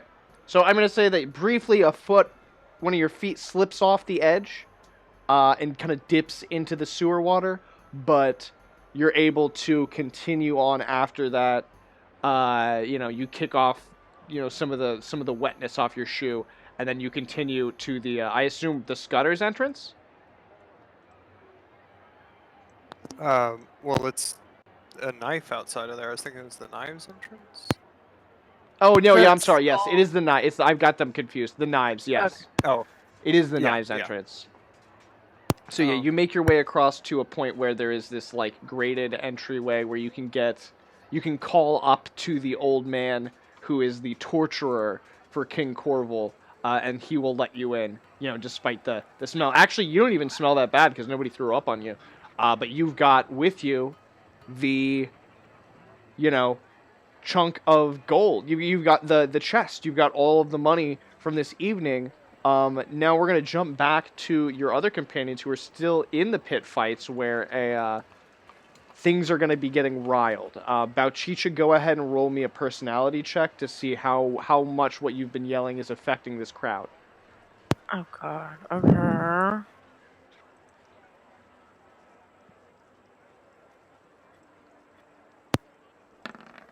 Oh wow. My personality is 7. Okay. So you got like a 3. I got a 4. Oh, I got a -1. Yeah. To that. Okay. Yep, I got a 3. All right. So here's what happens. The crowd is not angry at all. They are super hyped that it was one of the rookies that won. And they all move in and they gather around and lift this rookie up on his shoulders. And go ahead and... Yeah, so the prince... This guy's going to try to slink away, like over here. And the Prince of Cats is going to start moving over there to go after him. Because the Prince of Cats is pissed that, this guy... the fight was not thrown in the proper way. He was supposed to win. And this guy's now trying to slink away and get away and leave Lankhmar forever. All of a sudden, 2 of the people who couldn't catch up to...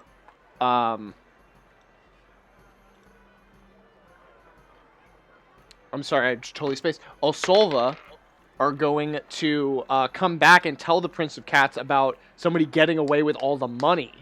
I rolled a fortitude save for the person who was going to potentially give chase to Osolva, and they failed. So they're unable to enter into the sewers and chase you, so you're not even going to have to fight them at the gate as this old man fumbles with the keys to unlock the sewer to let you up into the grindstone. I just want to establish that before he opens the door, I take half of the money out of there. You don't before have to anybody give the money sees. to anybody. That's the money that I you know. make is payment to you. I understand that. Oh, but okay. I You're wanna, just snagging keep half. half of it.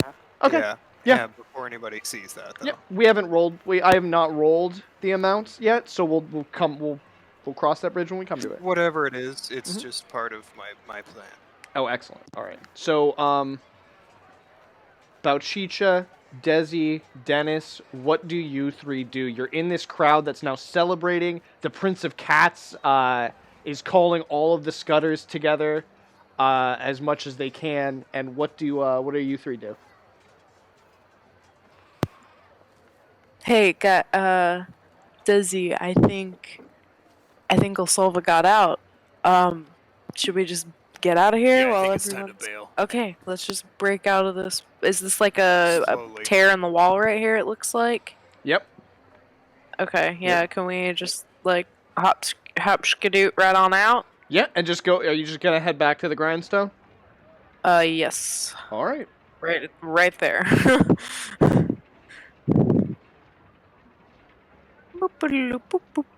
Okay. So, you all get away safely. You caused a big enough disturbance, I'm gonna say, and we're gonna come over here to this page, which is my new favorite page. And I'm gonna say that it's about midnight at this point, and we're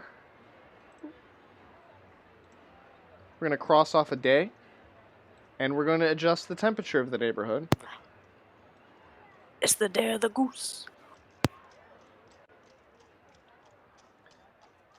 Temperature's going to go up by 2. Bringing the neighborhood temperature to 5 degrees as the rival gang has been robbed, and that has increased the temperature a couple of degrees there from 3 to 5.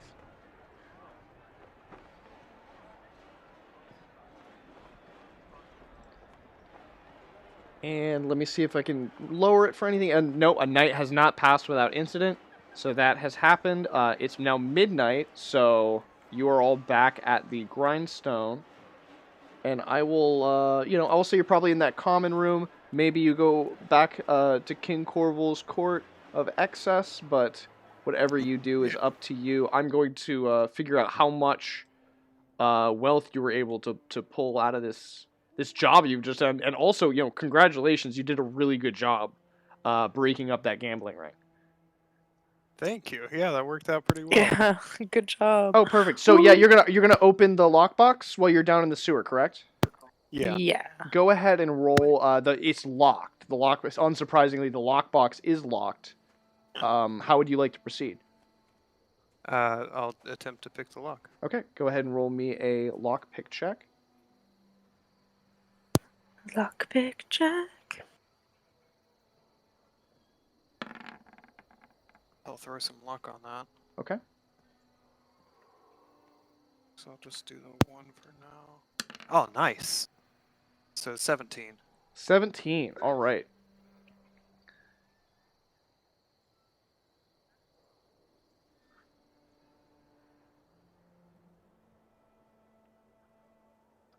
Oh, that was pickpocket, sorry.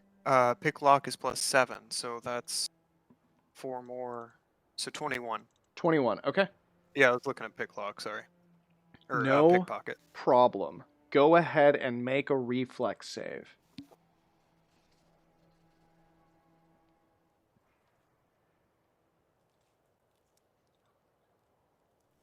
$22.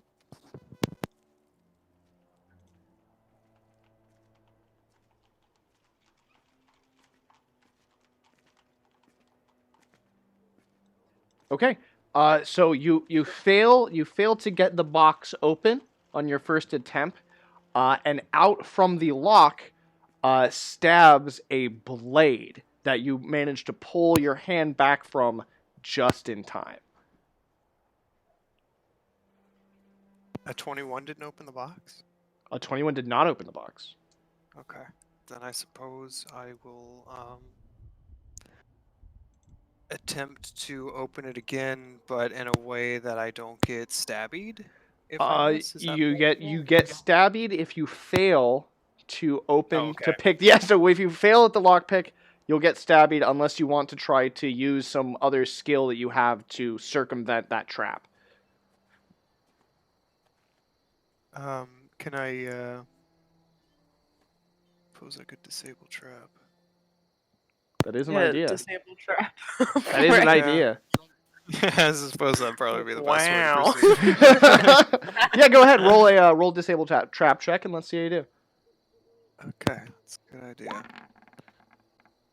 21. 21. You disable the poison blade trap that could have really hurt you bad. Yeah. Very a lot. I'm looking. It was a potential. I don't usually do this, but this is insane. It was a potential of losing 1d20 stamina points, Oh God. d20 fortitude save for half. Oh No. my god.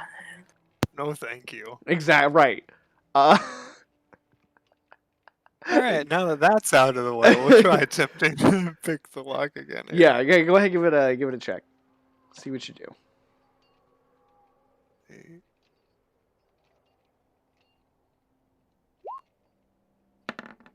So that's 20. Let me throw some luck on there. Yeah. So I'm out of fleeting now, so we're into the real stuff. Oh, you were. Yeah, because everyone's out of fleeting with the one that you rolled on Yeah. that sneak check. Yeah, Yeah. it's gone. It makes sense though. It wouldn't have been fun if you had just grabbed the box and ran away. Oh yeah, no, it's totally It was just hilarious. Yeah, it was good. Sorry, I had to lay on the floor for a second. Yeah, no, it happens. Sometimes you need a little bit of forelaying. Yeah, go. So you're at 20 now. How you want to roll that d6? See how much luck you throw on there. Oh, sorry. Yeah, I totally got distracted. All right, so we're gonna do another one. Okay.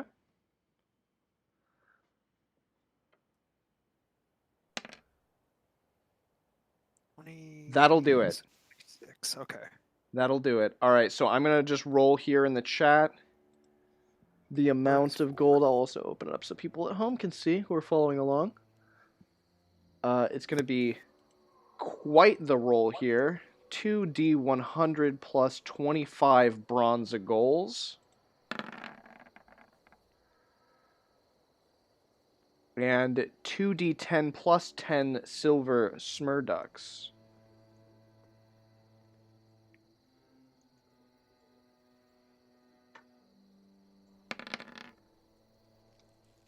So 167 copper pieces ostensibly, and 26 silver smurducks.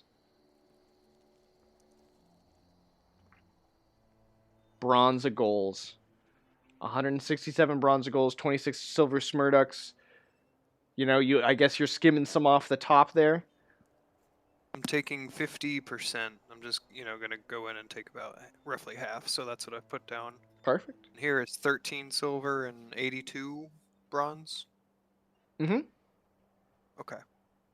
And then I want to give the rest of the chest to King Corval and tell him that Ipsk wanted me to give this to him. So King Corval will laugh and say like, "No, I have riches beyond your comprehension, it seems. No, you may keep anything you are able to steal from the Scutters, so long as you interrupt their ability to make money. I will be happy." As you try to like hand him, 13, all this money, he's like, no. Your payment, other than room and board, is anything you can steal from those dastardly Pimp Street Scutters.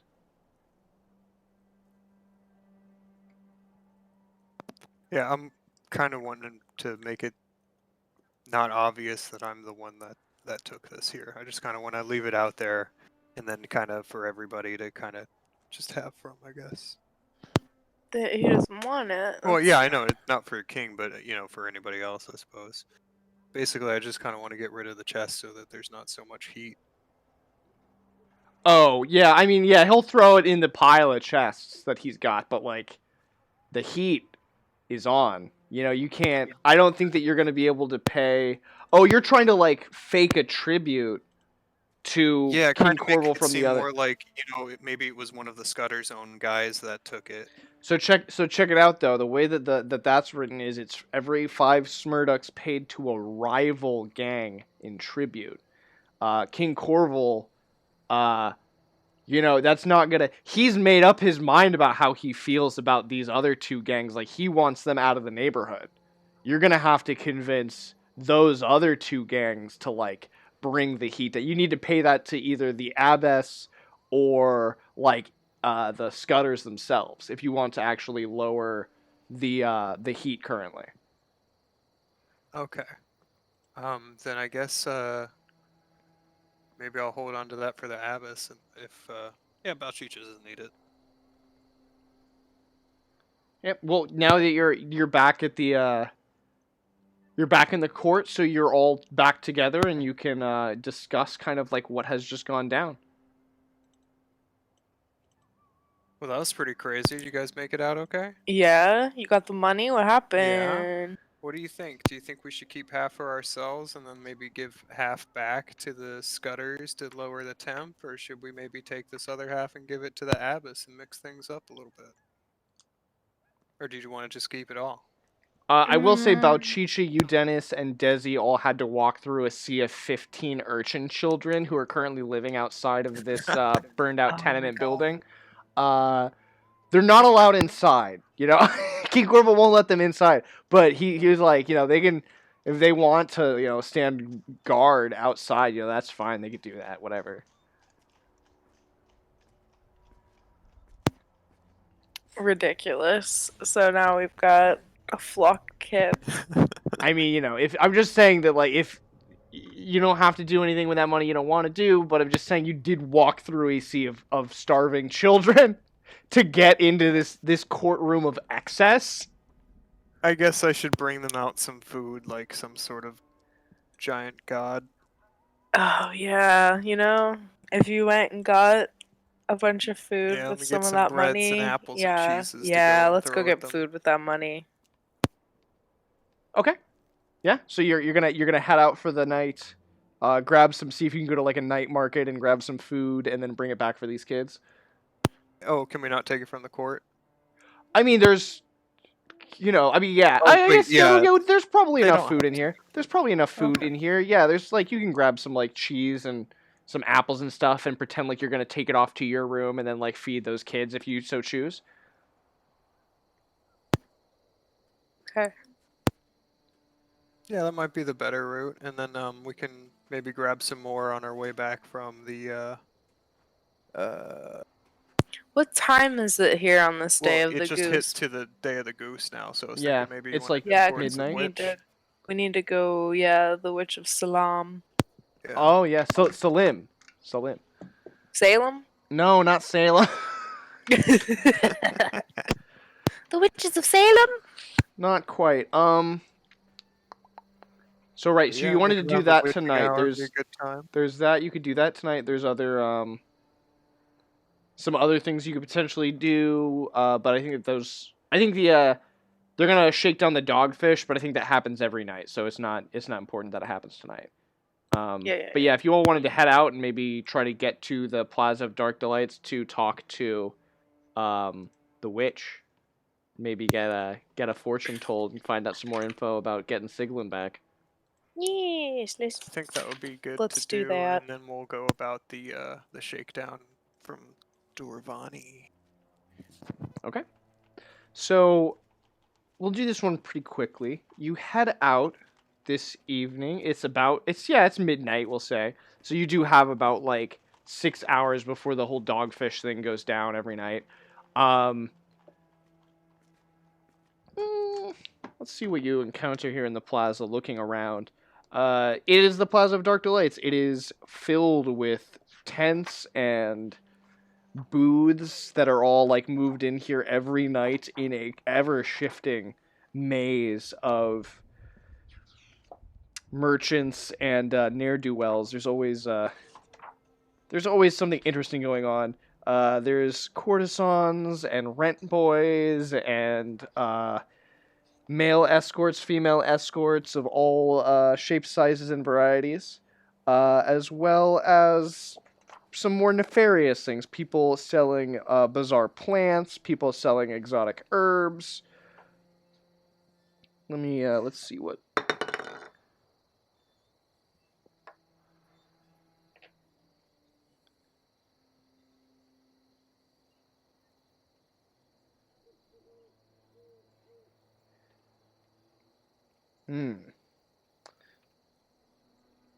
So yeah, there's even somebody who's trying to hire some like armed guards for they're gonna take a merchant trip far out of Lankhmar to get more exotic goods. And they're currently trying to hire some like toughs and muscles, and they notice your motley crew traveling here through the plaza, and they're like, oh, are you interested in doing this whole like different thing? And you're like, oh, no, no, no. You move along, and eventually you do come to this tent that is the Witch of Salim, and you ask around, you find this place, and as you approach, you notice that it's closed due to the heavy cloud cover on this night. Oh no. Yes, these dark clouds have persisted even well into the evening. And this thick fog that you've been kind of walking through is almost like have these dark clouds descended to hold sway over Lankhmar itself, like have these dark clouds descended and to become this dark fog that now chokes the city. You're not quite sure, but the fortune tellers are all like closed up for the evening because they can't see the stars, they can't commune with the zodiac of Yeah, that Lankhmar. happened last night, or the other time we went out. Well, poop. So you'll have to wait for a night in which the sky becomes clear in order Yeah. to seek aid from this fortune teller. I guess, do you want to go and hit Dorvani Shakedown since we can't do this? Yes. Okay, give me a moment. Dang these clouds. Been so excited for this day of the goose. And Well, it now I might feel clear up goose. later. I mean, it's only just after midnight. Maybe. Maybe. See what happens when the sun comes out.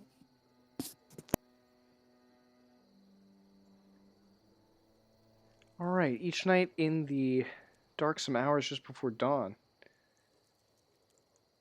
So yeah, I guess that you're all gonna just head from there to the dogfish, correct?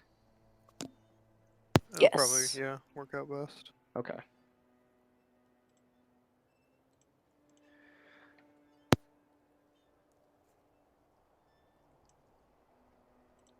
So let me just I'm gonna populate this with the current inhabitants.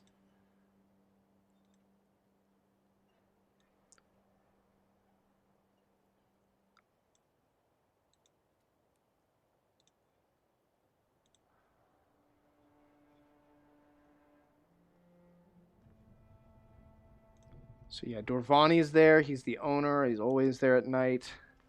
And then you've got an old friend.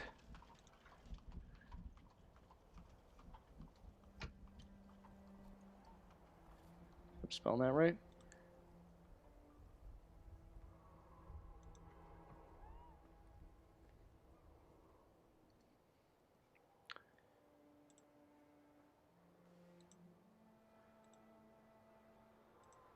And right, I needed a different color for. Okay, I can use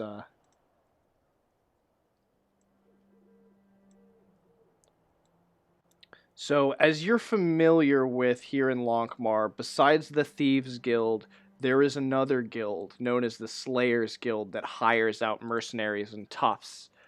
Within their ranks, they also hire out some assassins. So you've come to hear. Well, here with Ipshk, the gentleman who tried to get the jump on you just last night, he is here with five, rookie Pimp Street Scutters and two Slayers, and they are all kind of gathered around, talking amongst themselves, giving the owner some grief. Yeah. So Ipshk is as you approach, you hear Ipshk, you hear the familiar voice taunting the aging Hruspian with tales of his daughter's exploits with various scutters, always ending them with a promise to return her when Tibulk, the Prince of Cats, tires of her affections, telling stories about like different shops that they've robbed and like people they've like put the squeeze on for some coin, and like how good his daughter is becoming at being like a thief, and becoming like a good member of the Scutters, like whenever we get tired of her, we'll bring her back safe. Don't worry. And it's just some real like fucking disgusting talk from in the wee hours of the morning from these like dastardly Pimp Street Scutters. But yeah, this is the scene that you approach this squatting tavern on, and let me I'll put a nice little teal cap. That's Dervani. And I will let you all decide how you want to approach the situation yourselves.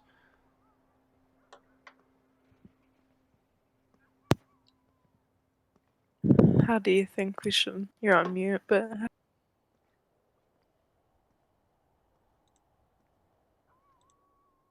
Do you want to go like the murder hobo way and just go ahead and kill them all and take care of it that way? Or we could try and do Ooh. Desmond a charm person and maybe not raise the temp of the neighborhood. Yeah, I don't want to raise the temp of this neighborhood. I mean, we are still pretty low, but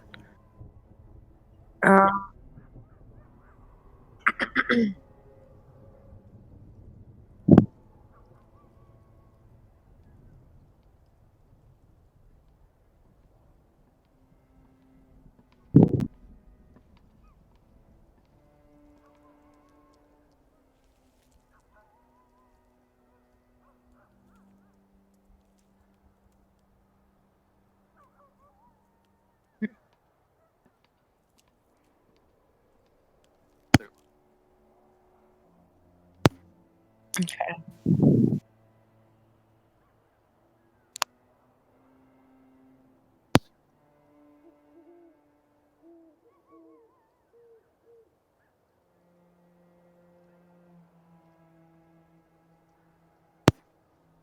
I'm not certain.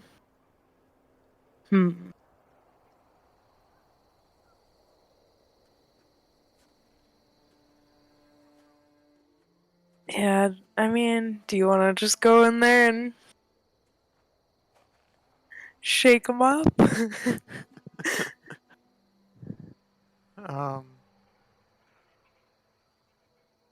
mean, we don't really have the personality to try and. Yeah, I don't have any personality really, so yeah, We no. can't talk. We can maybe attempt to charm, but besides that, it's basically just a beatdown. Yeah, could you charm all of them? Or no? It would just No. be. Okay.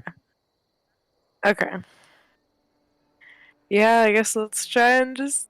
Do you want to try and talk to him first, and then we'll all back you up, I guess? Okay, yeah. Try and get him to leave Dorvani alone and stop the squeeze on him. Yeah. Let's try. Yeah. Yeah, and then if that doesn't work, then I'll try and maybe do a backstab dart attack or something. I don't know. Okay. All right. So yeah, if yeah. we want to place your tokens into the bar wherever they may be, we'll Why is everyone's tokens so big? Why are we doing it like this? Yeah, I don't know. What We're is pretty, this Octopath Traveler level of nonsense going on over here? we're large and in charge. I'll shrink you down now. I've been playing Ooh, Octopath yeah. Traveler. It's really cool because it's like got this old pixel style, but every time you fight a boss, the way that they show that that boss has more hit points than you is to draw them like really, really big and super detailed. And it's just like I've got like my little like 8-bit sprite over here next to like this guy who's just giant. I'm like, oh my god. Great. All right, so yeah, Playing of it, but I haven't actually tried it. the three of you walk in. It's pretty decent. I am checking it out because I'm really into triangle strategy. Looks amazing, and the demo was awesome. So, but Yeah, you really make me chuckle with your review. oh, thank you. I still haven't done like my real review. I did my let's play. I still haven't done my real review. That I'll probably do that this week. But anyway, let's jump into speaking of this role playing game. You walk in on. You walk in and Ipshk, he recognizes Bouchicha.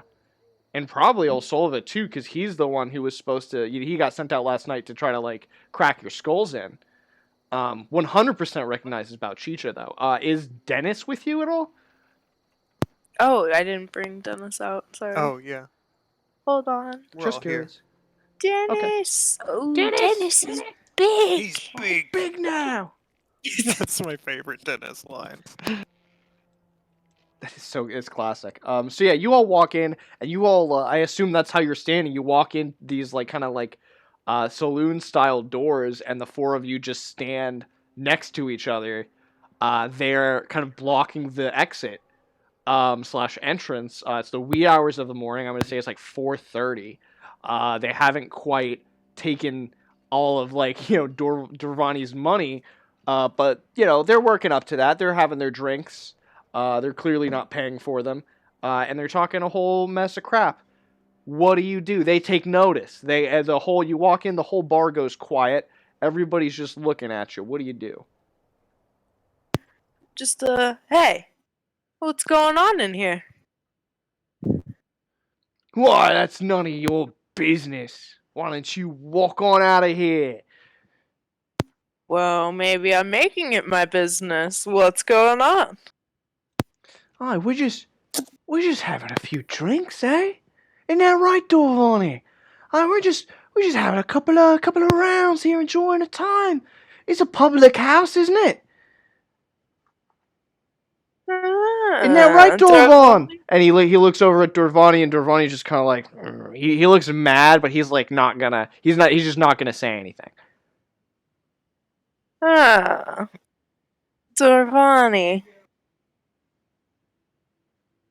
You're buddy. How about y'all get on out of here? Kick rocks. Oi! And who's gonna make us? And the two slayers stand up from their stools, and they stand, next to each other. The rookies all stand up off of their stools into just kind of like this big group here in the center. And even, this one's gonna move over to this side of the table there. This one's getting out of their chair. They all get, they're like, who's gonna make us? And all of them stand up.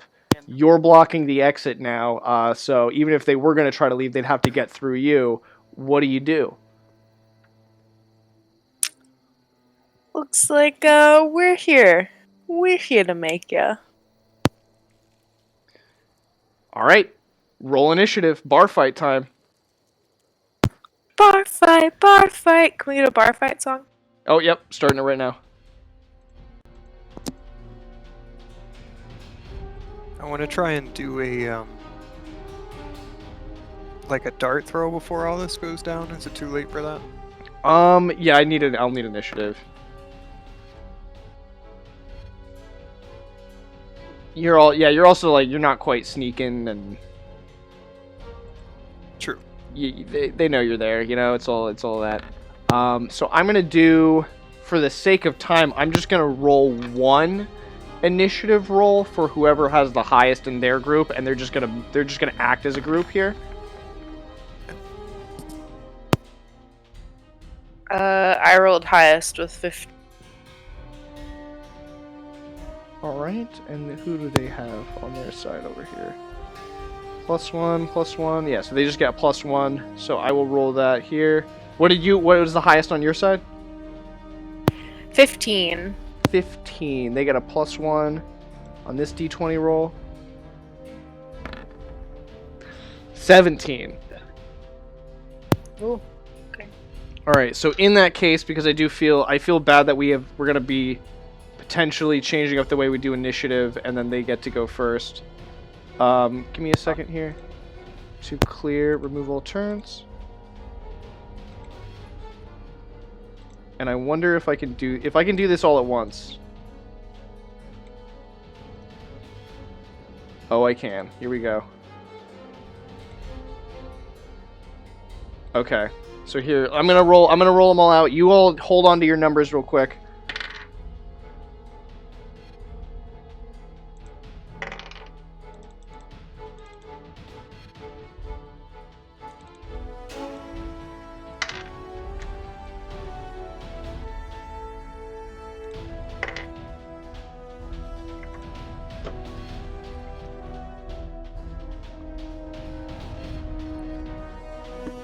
Roll them all at once, because I have the D20s.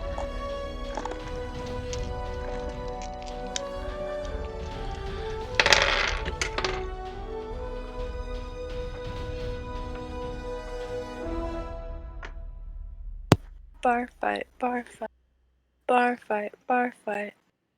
Oh, it's gonna be a bar fight for sure. So looks like you all are gonna be going first in a lot of these cases. I'm seeing a 3, a 5, a 3. And, okay, so what do we have for Osolva? What did you get? 13. Bouchicha, what'd you get? 15. What does Desi got? 8. And Dennis? 3. Alright.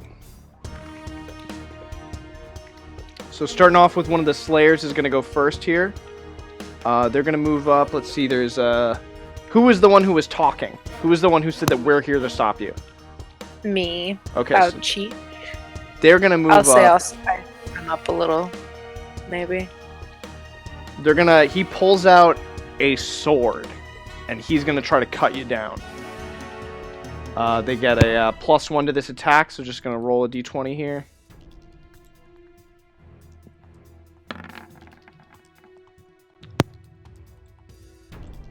That's a hit. That's a hit. That's You an tied 18. with my armor. Alright, so... Does a tie? It hits. Actually, you know what? That was another thing that I looked up in the rules that I've been doing wrong.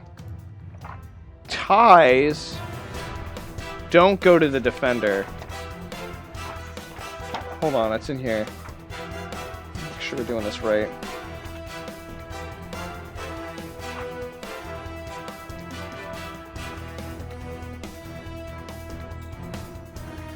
Character with negative...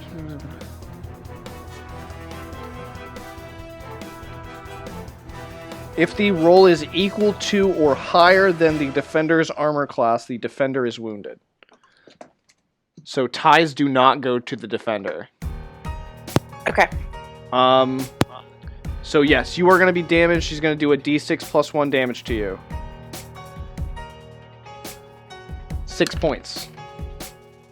Okay.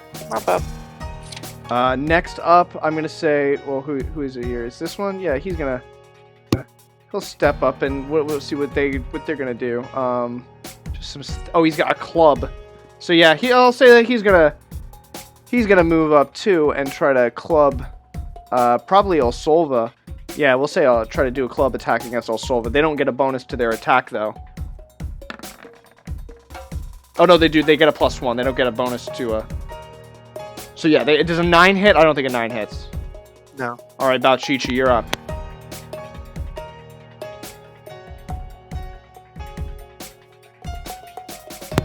Oh, sorry, my mic wasn't on. I'm gonna flail the warrior, the dragon guy that hit me, or the Slayer. Yeah. Yep, perfect.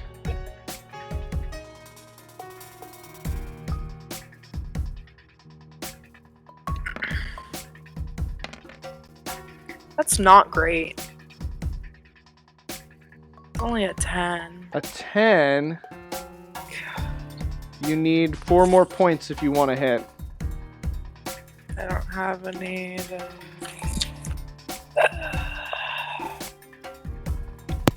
No fleeting luck, no luck to burn, huh? Yeah, it would put me down to below what I want to be on my luck, but I could get it back. Well, you gotta Later. let me know. Yeah, let me know. You gotta make the call. Yeah, I'm gonna go ahead and burn it down to 10 on my luck. Okay. You burn down to 10, so you got that 4 points. You go ahead, you hit, roll it. Go ahead and roll damage. You get the +1 from your attack damage dice.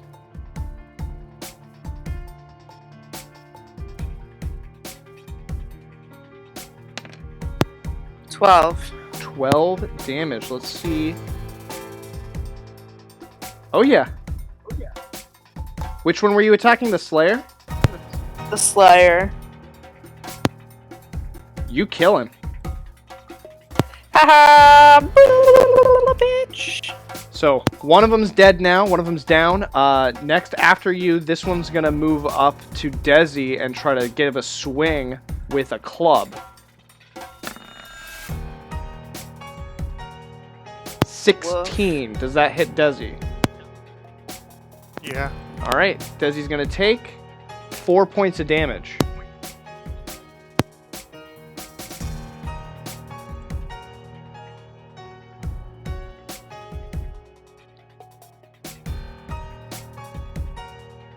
Okay. All right. Osolva, Ipshk. He climbs up on the table. He's crouched. He's gonna throw a dagger at you. Gets a +1 with a ranged attack with the dagger. Against Osolva.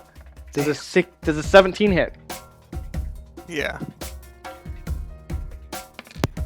2 points of damage from the thrown dagger to Osolva. And now it is Osolva's turn. It nicked ya.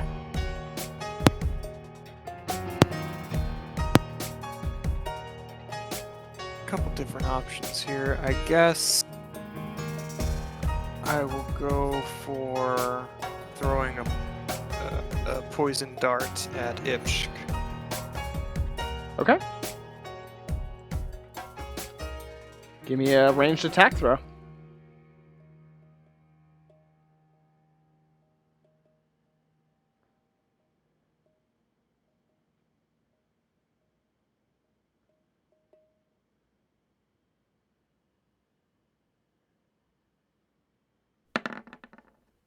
It's 20.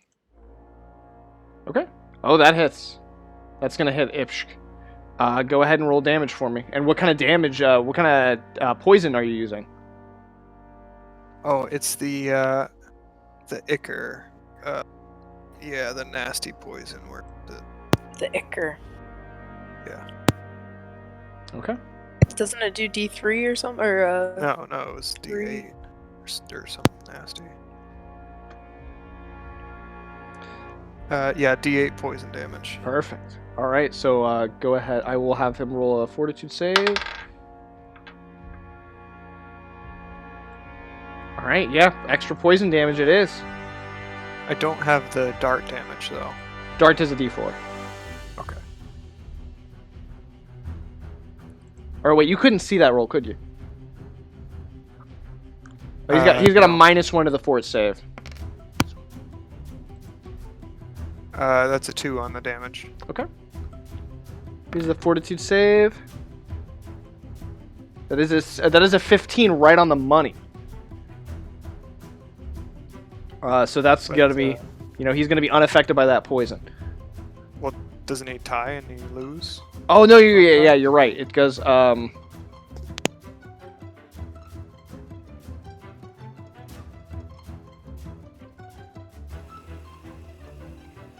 I'll say if you want to burn a point of luck, I will give him the poison damage.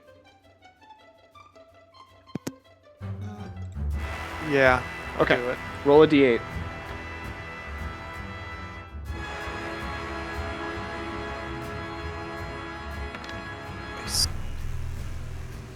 8. Okay, yeah. Ipshk is doubled over in pain. Not dead, but I'm putting a little skull and crossbones on his character anyway. Because he is poisoned and he is not going to be able to do anything right now. That was Osolva's turn. This other Slayer is going to move up. I'm going to say it's going to be a D3 as to who this Slayer is going to go after. It's pretty much anybody's game. Desi's 1, Osolva's 2, Bouchicha's 3. That's a 2. It's going to be a strike against Osolva. D20 plus 1. Oh, I messed up.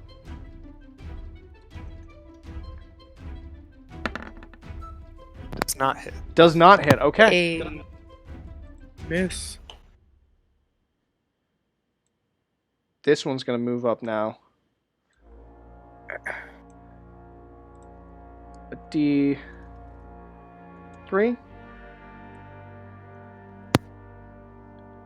Alright, gonna go against Bouchicha.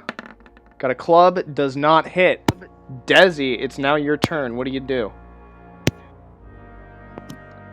Something wild, Desi. Come on. Something wild. I think I need to make sure I don't die, so I guess Oh, I'll enlarge yeah. myself.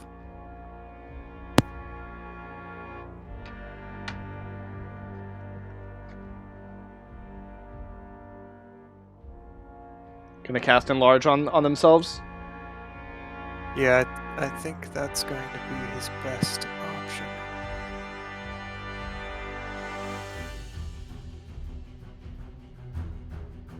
Oh, nice. Nat 20. Nat 20. Everybody gets 2 points of fleeting luck. And Let's enlarge. go. 139. Alright, so you got the nat 20 plus 5 to your spell check? Plus 7. Plus 7, right. But the base without your caster level is a plus 5, correct? Yes. So it's plus 9. You got a 29. The caster is able to select up to 3 targets, which all triple in size. Each receive a plus 6 bonus to all attack damage and armor class due to larger size, such as and strength. In addition, the targets receive plus 20 hit points from the new size. These hit points are lost first when the target is wounded. Damage suffered while giant size transfers to the normal hit point pools only after they lose the first 20 hit points. So yeah, what is it? Just gonna be you three? Is It's it gonna be? Desmond, yeah, Osolva and Bouchicha. All right. So you each get plus 6 to attack and damage, as well as plus 20 hit points and plus 6 to your armor class. Amazing. Gross. I love it. And what is the mercurial effect? You have one for that? Let me take a look here for Desmond.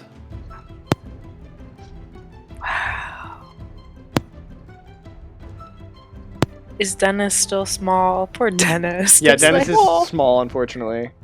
No Okay. one's going after him. Not yet. He's a little kid. They can't even see him behind the bar, is what I figured. Like, Right? Like he's way over he's there. 8 years yeah. old, and he's standing there like with like his fists on his Ready to hips, go. like ready to go. But because he's standing over there, no one can see him. He's too small. Oh, you know what? That's pretty perfect, I will say.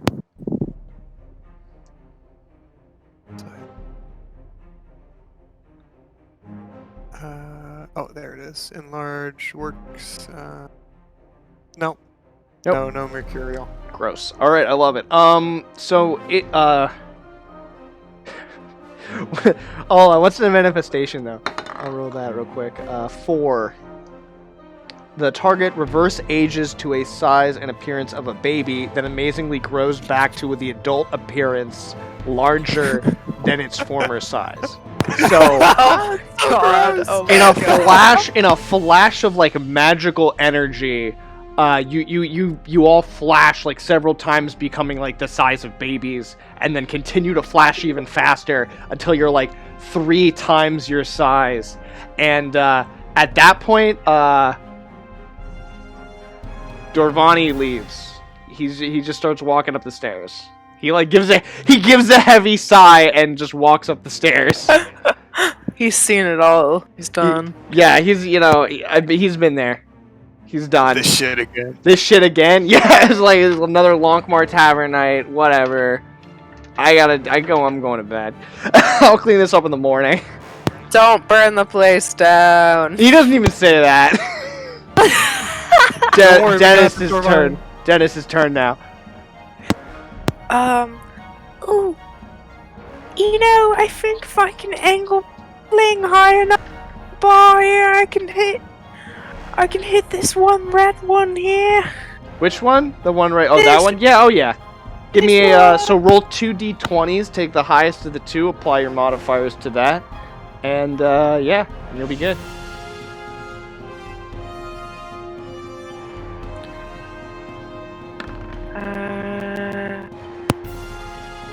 So a 9 Okay. plus 6, right?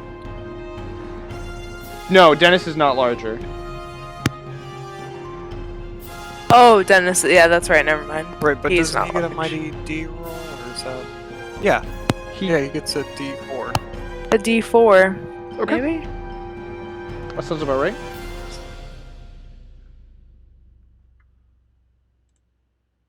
Oh, I'm rolling as Bouchicha, but you all get it. Ooh, a 4, so 13. 13 is just enough to do it. You go ahead and do damage.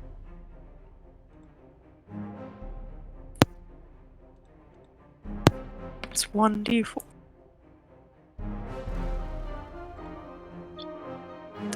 He doesn't get +2 to that, no? It's just a d4. Yeah, I thought he was like sling. Oh, did you? Yeah, so you got the full 4.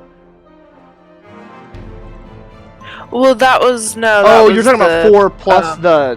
the mighty deed. Yeah, that actually might. Let me look in the book. It's in the Yeah, I'm not Guide to the sure. Wasteland. 59 in here.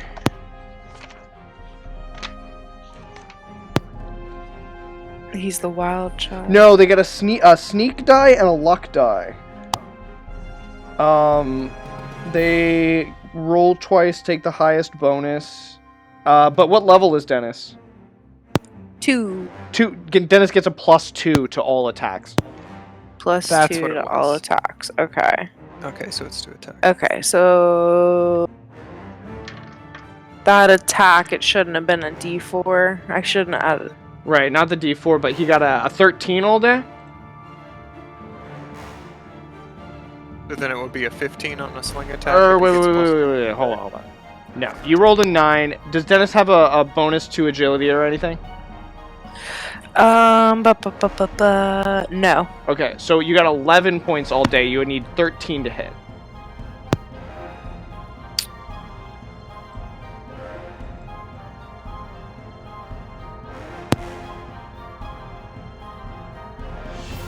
Okay, so he did not. What? Yeah, so we missed. Okay. All right, so that And was... I mean, he's over there, so they didn't see. That could have been like just a pebble, like flying from anywhere. Yeah, but now I need you to Right. roll... yeah, but here's the thing. He was firing into melee, Okay. which means that there's now a 50% chance that he actually hits one of his teammates. 37 is below. I will roll. It's going to be... It's probably going to be Bouchicha. Bouchicha, you're standing right there. You're in line of fire. He goes wide, and he accidentally beams you in the back of the head for 2 points of damage. Okay. Well, I mean, I had that extra 20, so we good. Okay. These last two dudes are gonna they're gonna go over and they're gonna start helping Ipshk, and they're gonna God, there's not really a back door on this place, is there? Let me see. Oh no, yeah, there is.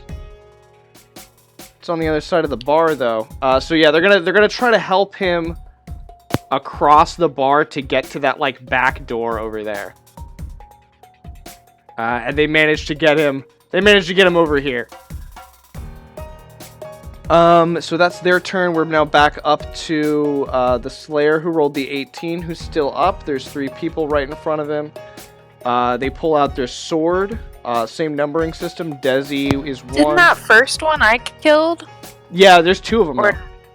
Yeah, you killed the first okay, one. that's right. Oh, wait, hold on. Yeah, no, you're right. Yeah, no, the 'Cause one I- that you killed was the one that actually goes second, so I'm deleting him from the initiative now, but he rolled a 13 on initiative.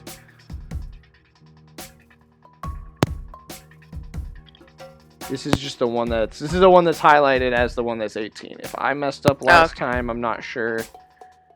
But this is the one that is highlighted, so it's going to go... it gets a 3, it's going to go against Bouchicha. They get a +1.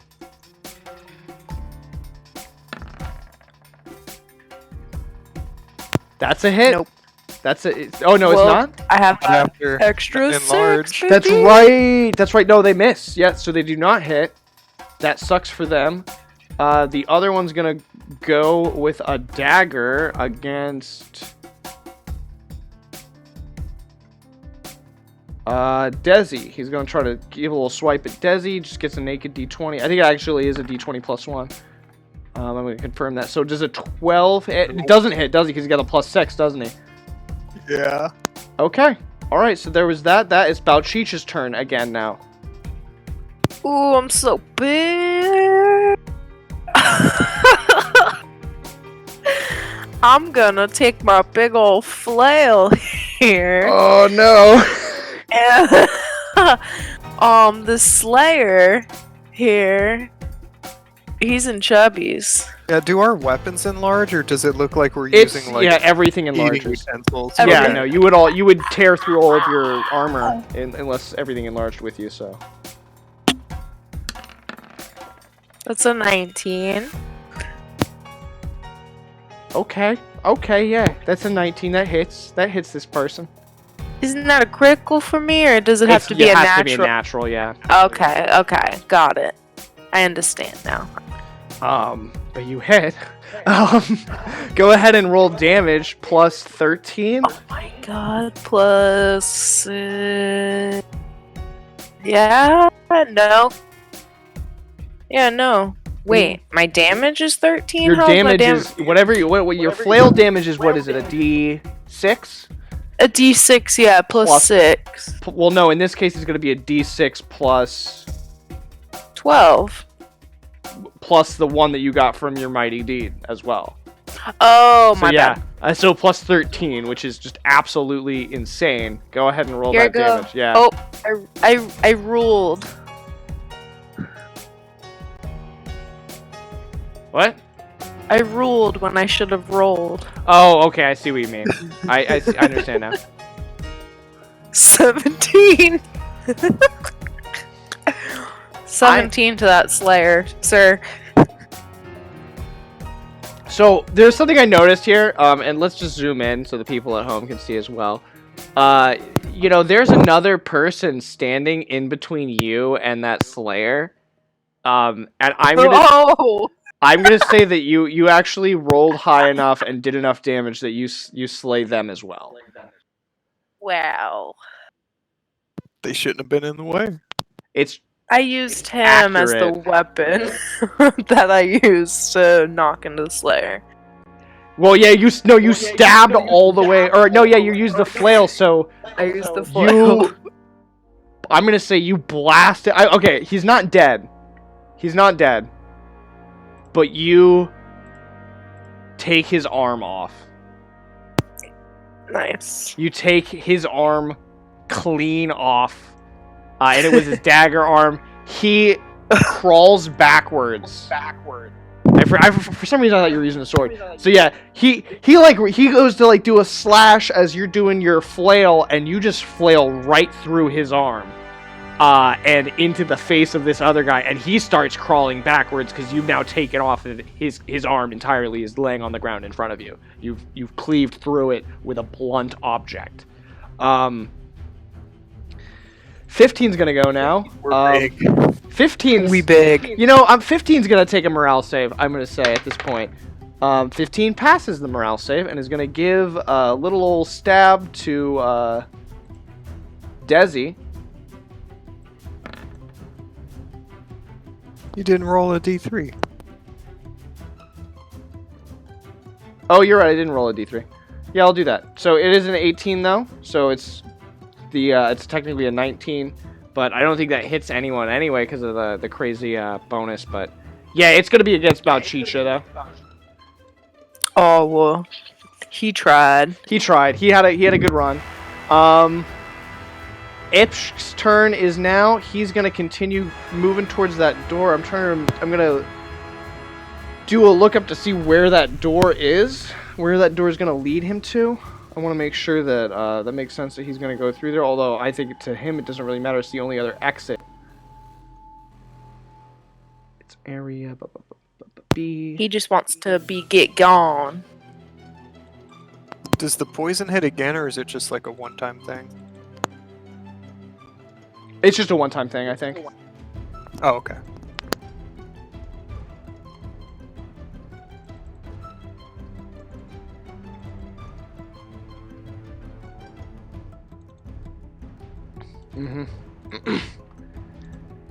Yeah, so this is they're gonna do their best. Yeah, he's gonna move 5, 10, 15, 20, 25. Yeah, so they make it. And he's using the assistance of these two, so they're gonna act on his initiative. And they make it to the door, and you hear a cry, you hear a scream, like an old woman's scream, as they make their way through that door. Mostly in shock and terror, not necessarily in like pain or anything. You know, you don't get the feeling that they're attacking anybody, but there is a shout from an old woman as they pass through that door. So yeah, there's 3 of these, or I should say there's 2 of these guys, because the one with only one arm is probably not going to be giving you too much trouble. Let me see if any of them are going to go here. Yeah, no, we went with that one. Yeah, it's Osolva's turn. Do I have a line of sight on them exiting, or...? You do, yes.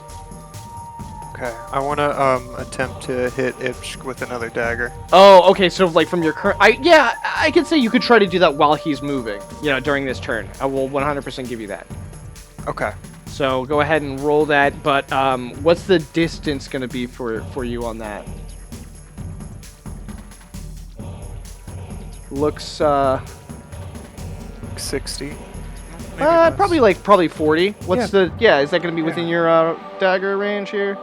Yeah, I believe it's it's long I range. think it's the short. No, okay. yeah. So with a dagger, it's going to technically be long range, more than 30 feet. So this is going to be, you're going to get -1 die. You have to roll with a D16.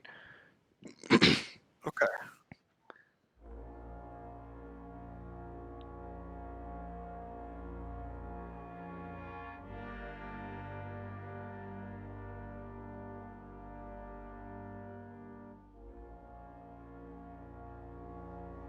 Plus.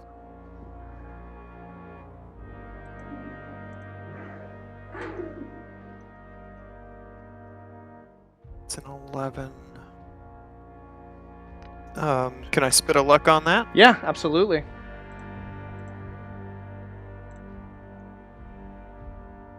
Yeah. So 17. That's going to hit. Go ahead, roll damage.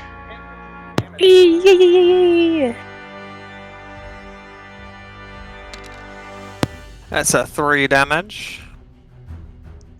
So, not Dorvani, I'm sorry. Ipshk. He dies. Right here.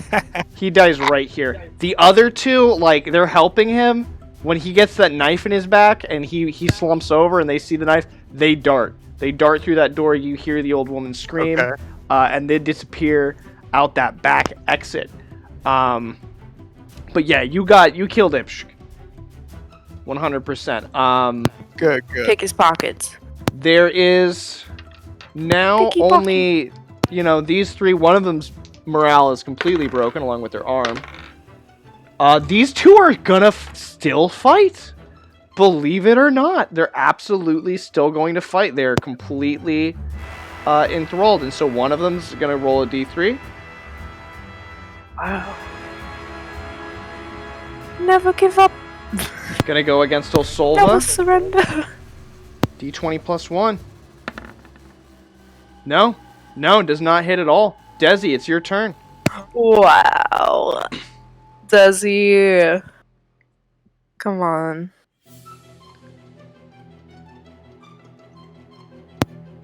Yeah, what do you do?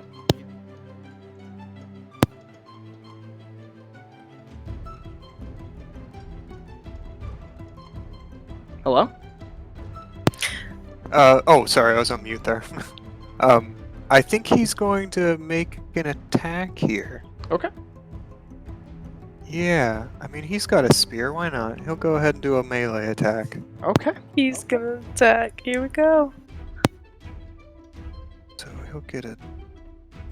What's his strength, though? He might get a minus to his... Oh, I guess it doesn't matter for attack. Yeah, let's see. Let's see what he can do. 24. 24 hits. You want to roll damage for me?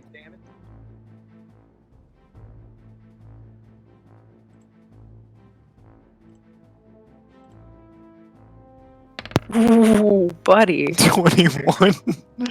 21. That's insane. I'm going to say that he similarly cleaves through the remaining two of these guys. So now it's Dennis and Like a Bouchicha's chicken turn. There's only one of these guys left, and he's gonna start. He tries to crawl back here, and he starts trying to crawl underneath. The way to get. Oh, that's the one that I blasted his arm off. Yeah, he's crawling, and he's leaving a trail of blood across the floor as he crawls. My goodness. What do you do? To... Yeah, what do you do about he's trying to get away out the back door too. Okay, well he's dipping underneath the Dennis is gonna move up here. Wow, look, I can see him. Okay, yeah, you're gonna try to hit him with the sling or something. Yeah, No, I think he could probably do a melee. a melee. You think? I mean, he's got to take a minus because he's like His prone. dagger Yeah, he does take- exploded. His dagger exploded. Yeah, I don't have his dagger Let's look at anymore. his Do I have? sword, see if he has anything else. Yeah, don't think he the spear does. exploded. Oh yeah, yeah, that's the what it was. spear. Yeah, his glow I spear. think he has something else. It might just be the sling. Yeah, I can't do a. No, I'm gonna sling. I'm gonna try and sling from here, from this angle. I have a good Yeah, he feeling. doesn't have a melee. Yeah. I got good feeling. All right, roll 2d20s.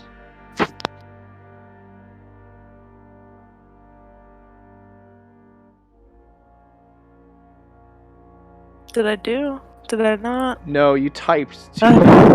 Yeah, You didn't fit you're the right. slash. But I only rolled one. God. Okay, hold on. Now just roll one more. See whichever one's higher. I'm rolling it. I'm rolling. All right, 13. The 13 hits. Go ahead and roll a d4 damage.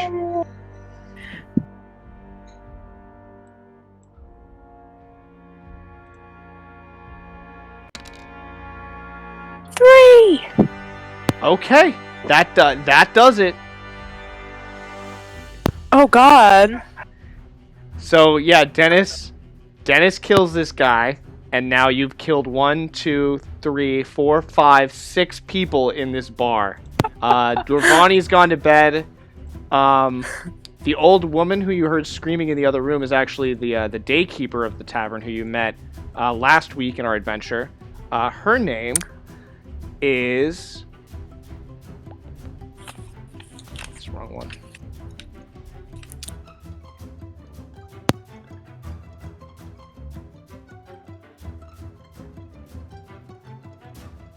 Oh god, I lost it already.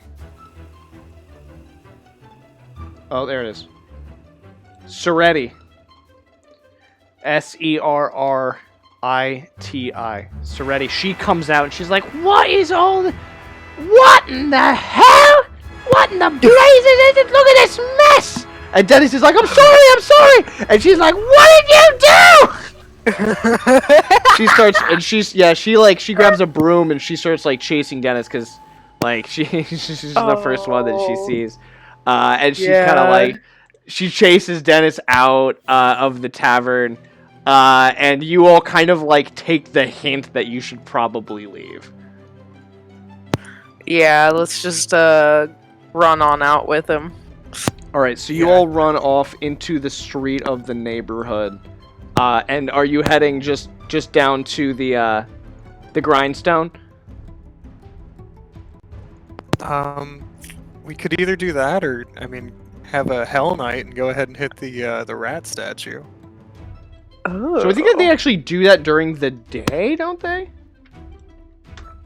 I thought it was at dusk. I have written down at dusk. Well, so I yeah, think that's it's- at the other. That's like 12 hours from now, here in the early hours in the morning. Well, obviously. Yeah. Oh yeah, So that's right. We're at like 4:30. That was okay. you had a very long day though. Like your characters are probably very tired. Yeah, We need I sleeps. think so Mhm. too. Okay, so we'll take Well- we'll take you back to the grindstone then, and you can crawl up into your kind of like mildewy murder hole bedroom personal chambers where you've been staying, and call it an evening for your characters. And I'm going to outside of the characters, we're gonna come over here to the temperature tracker and just see how much this has affected the neighborhood. So how many did you kill? 5? Listen, it was a It was handful. self-defense. It was a handful. Yeah, 5.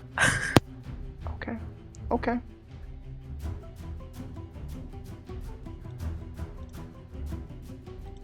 Okay, so that's gonna bring us up to a decent level of heat here in the neighborhood. Oh, how do I do this?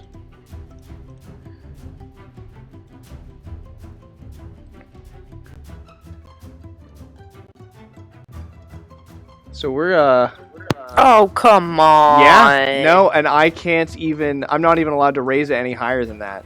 You It's get unreal. plus 3 for every rival gang member killed, but only up to plus 9 per event. So you're only at 14 right now, but it should. I mean, it could be higher. That's not even plus 3 for each one killed. Maybe So- like 25 Smurducks. Reduce the temperature some. So you can also Hey, burn dude. luck. You can burn luck to reduce the tension. Or you can, that's the only. I think that's the only way outside of like role playing. Or just letting like nights pass without incident. Or role playing that you're actually paying off the rival gangs.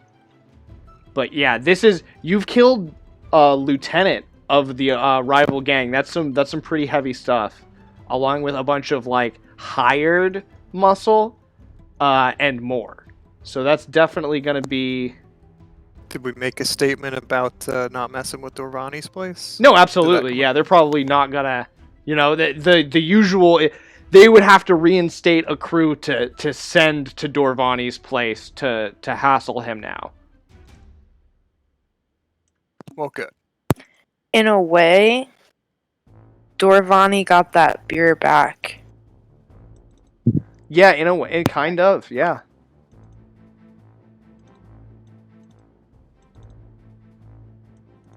It never really left. Oh, the beer that they drank. Yeah. Oh God, yeah. I guess technically you are right.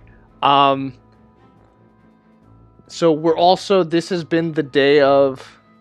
No, this hasn't been the day of. It just is the day of the goose now. Right? It hasn't even. It's not Yeah. even morning of the day of the Yeah, goose because yet. we went at midnight to check, and then or later That's right. bar. Yep, Okay.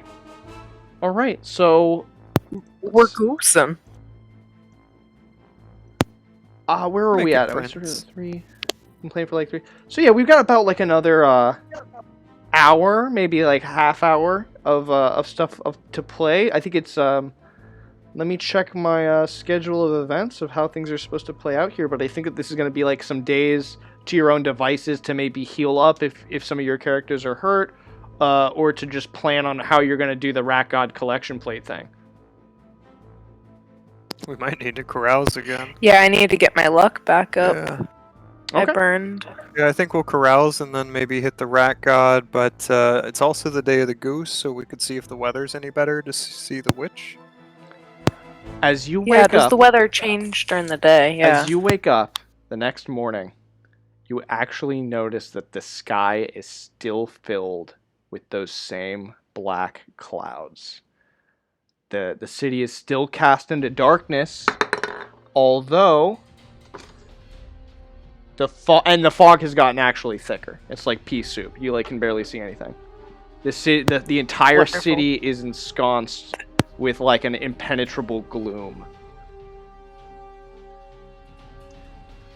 And things have gotten hot in the neighborhood, we'll say. Things are really starting to warm up. The gangs are doing a little bit more than just, eyeballing each other. And you can expect to potentially, have to run into some people looking to settle the score now between your characters and this rival gang here in Gibbet's Giblet. Gibbet's Giblet or Gibbet's Giblet, whichever one you want to say. Jibbity jib jibs is what I Do we prefer. have time to carouse soon? Like, could I use this time to spend some luck on lowering the temperature, or does that look further out? So if you wanted to spend that luck now to lower the temperature, you get it on like a 1-to-1 ratio. But you can also carouse in King Corval's court, in that same. Actually, I would say like you probably can't carouse because it was like you show up back at King Corval's court at like 6 a.m. Like everyone's already asleep. So you would have to wait to carouse the next night, or like wait.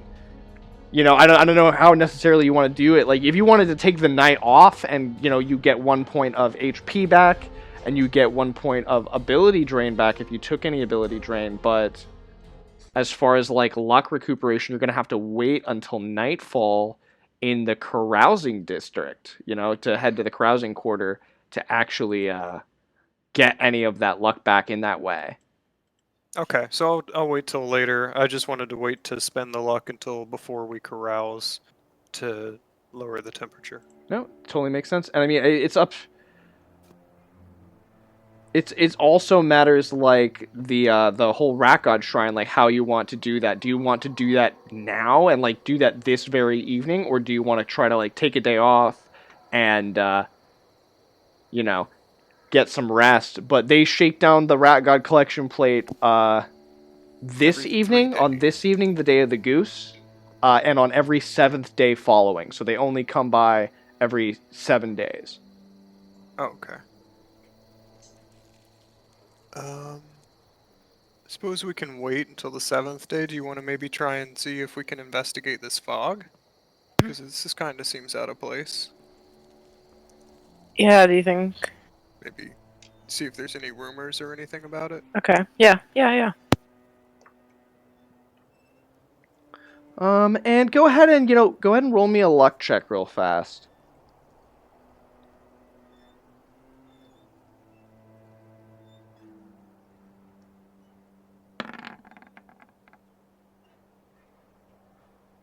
Osolva. Okay, Osolva. So, Osolva, as you're heading back, one of those little kids runs up to you and says, "Hey! I know that you all are going up against the Scutters and everything, and so we snuck down to the fighting pits tonight, and one of us, we were able to filch this off Tybalt's person. We go out of his pocket," and they hand you a folded up slip of parchment paper. Oh, good work, kids. No one saw you, did they? Yeah, no way. They would have killed us if they had. Oh, I'll give them a little kiss on their little dirty forehead. Aw. I'm gonna flick him a silver schmurduck. Good idea? No, definitely a good idea. You keep up that work and you'll be big and strong just like Dennis. Oh, I want to be like Dennis, that's true. And they give you, do you inspect this parchment paper? Not out in the open. No, okay. But yes. So, the parchment paper is written in a very strange cipher.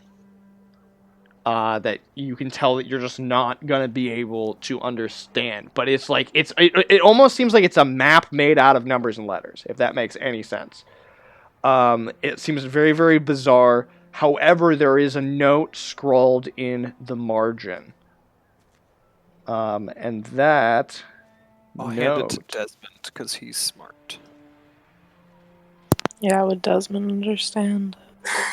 Nope, this is actually, out of Desmond's purview. But this note, Desmond's like, hey, there's a note scratched here in the corner that says, bring this note to Droove the Puzzler. He should know what to do. It looks like maybe they were planning some kind of heist, and maybe this was like some extra info. So maybe if we find this Droove the Puzzler, he can tell us more. All right. Well, there's puzzlers around here, huh? Yeah, I'm not sure who this Droove character is, but we might be able to find him if we do some searching. Sounds good. Maybe stake him out a little bit. Yeah, it might be a good idea. So you've got, that's something that you find out about. It's now the day of the goose, and you have until the evening to decide what you're going to do about the Rat God collection racket.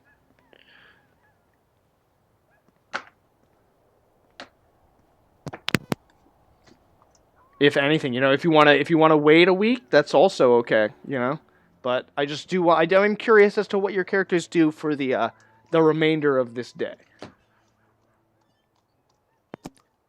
I think that I think we should probably make an anonymous gift drop off to the Scutters to maybe help lower the heat of things around here. What do you think, Bouchicha? Yeah, I mean, Give them like with the money 25 that we Schmurducks. stole or whatever. Or... Yeah, they won't. It could be, Okay. All right. No, that's a good idea. And then we'll just, put it in a little envelope and anonymously, just throw it on their step.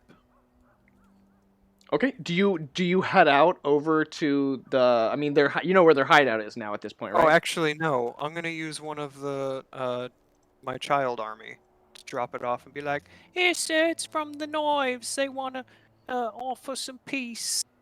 Okay.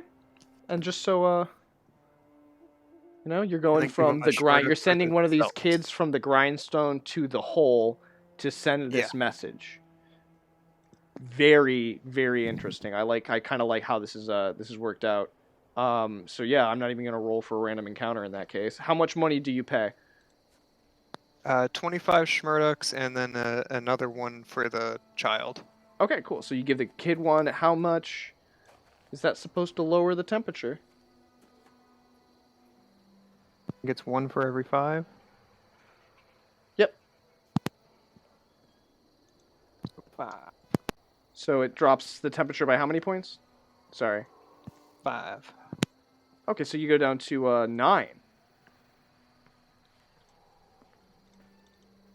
9 degrees. Not too bad. So yeah, you send the kid off with one of these. You pay them down to 9 degrees, and so things have cooled off pretty substantially at this point.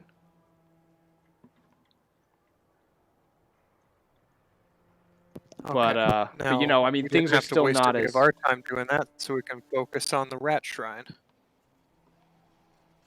Cool. So do you want to scope out the rat shrine for the day before? Because it's only, I'll say it's like noon now by the time you do Yeah, that. before it gets to evening. Yeah, let's do that. Let's just see what it looks like and kind of what the setup is. Okay. Give me a second here. Show us that rat shrine. Okay, cool. So yeah, you will head over to the rat shrine, which is probably the neighborhood's most impressive thing. Dennis is like, "Oh, I've been waiting to show you all this. This is the coolest thing. You're never gonna believe this. Some people say it's from Ilithmar. And I tends to believe him, but I think that most of it actually comes from the people here donating from Gibbet's Giblet here. I'm actually fairly certain. So let's head over that way. And you all, surprisingly, get through here without incident. So let me give you a good description here of the rat shrine. I just have to find this. Yes. A stained marble column stands in the center of a dirty, forgotten courtyard. The courtyard is littered with refuse, half-emptied bottles of wine, and strange, sweet meats. A constant carpet of rats swarms in and out of the square, feasting on the leavings, utterly indifferent to you and your companions. Seated at the base of the column is an ancient man, dressed in a soiled toga, cupping a wooden bowl in his hands. Rats stream over and around the ancient one, combing through his hair and toga. All the while, the statue of a golden rat sits high atop the column, watching the proceedings with glittering eyes.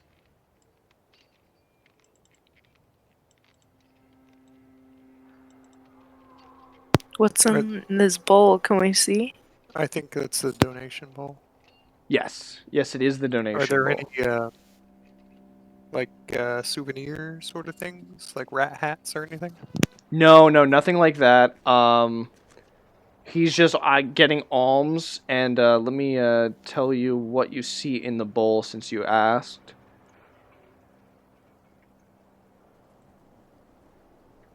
There's some bronze goals, there's silver schmurducks, and there's even, I'm going to say that there's even like some gold baubles and a few gold rilks in the collection bowl as well. I'm going to say there's probably about, 7 to 8 gold rilks and then like a trinket or two, like a little bauble and like a little necklace pendant made of gold. The Scutters, they only take the coins though, right? And they leave the gold. You don't. Yeah, always leave the gold. But yeah, there's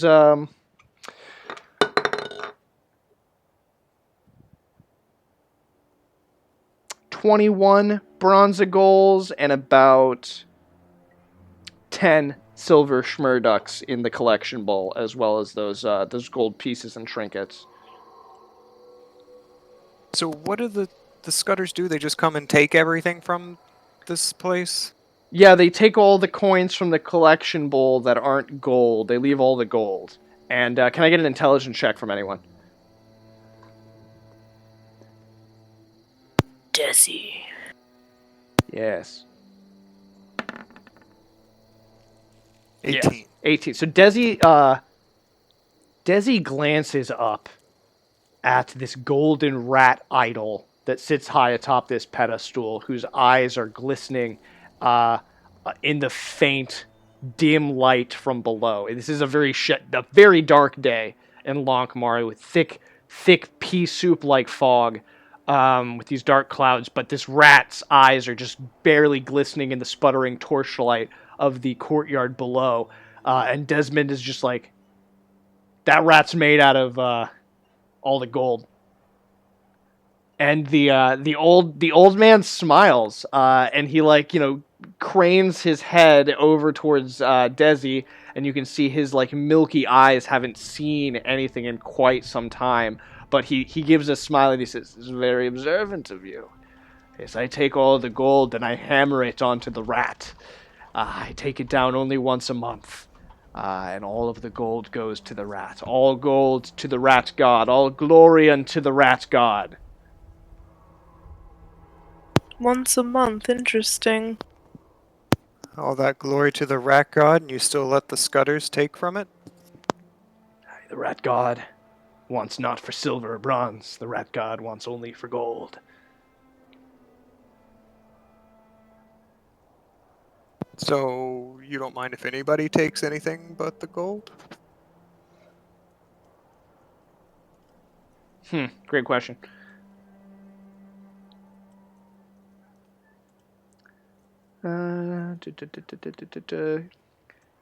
It would appear as though he eats. I mean, he's like, look, no, I need food. but I do enjoy a bit of bread here and there, but I would prefer that people didn't take, what little I have, but I give all glory unto the rat god. Glory unto the rat god, he says once more. Well, I guess maybe I'll drop a gold and take the rest of the stuff. How close are we to sundown and the Scutters It's coming? mid-afternoon. Mid-afternoon. Okay, so we got some time. So we'll wait on it.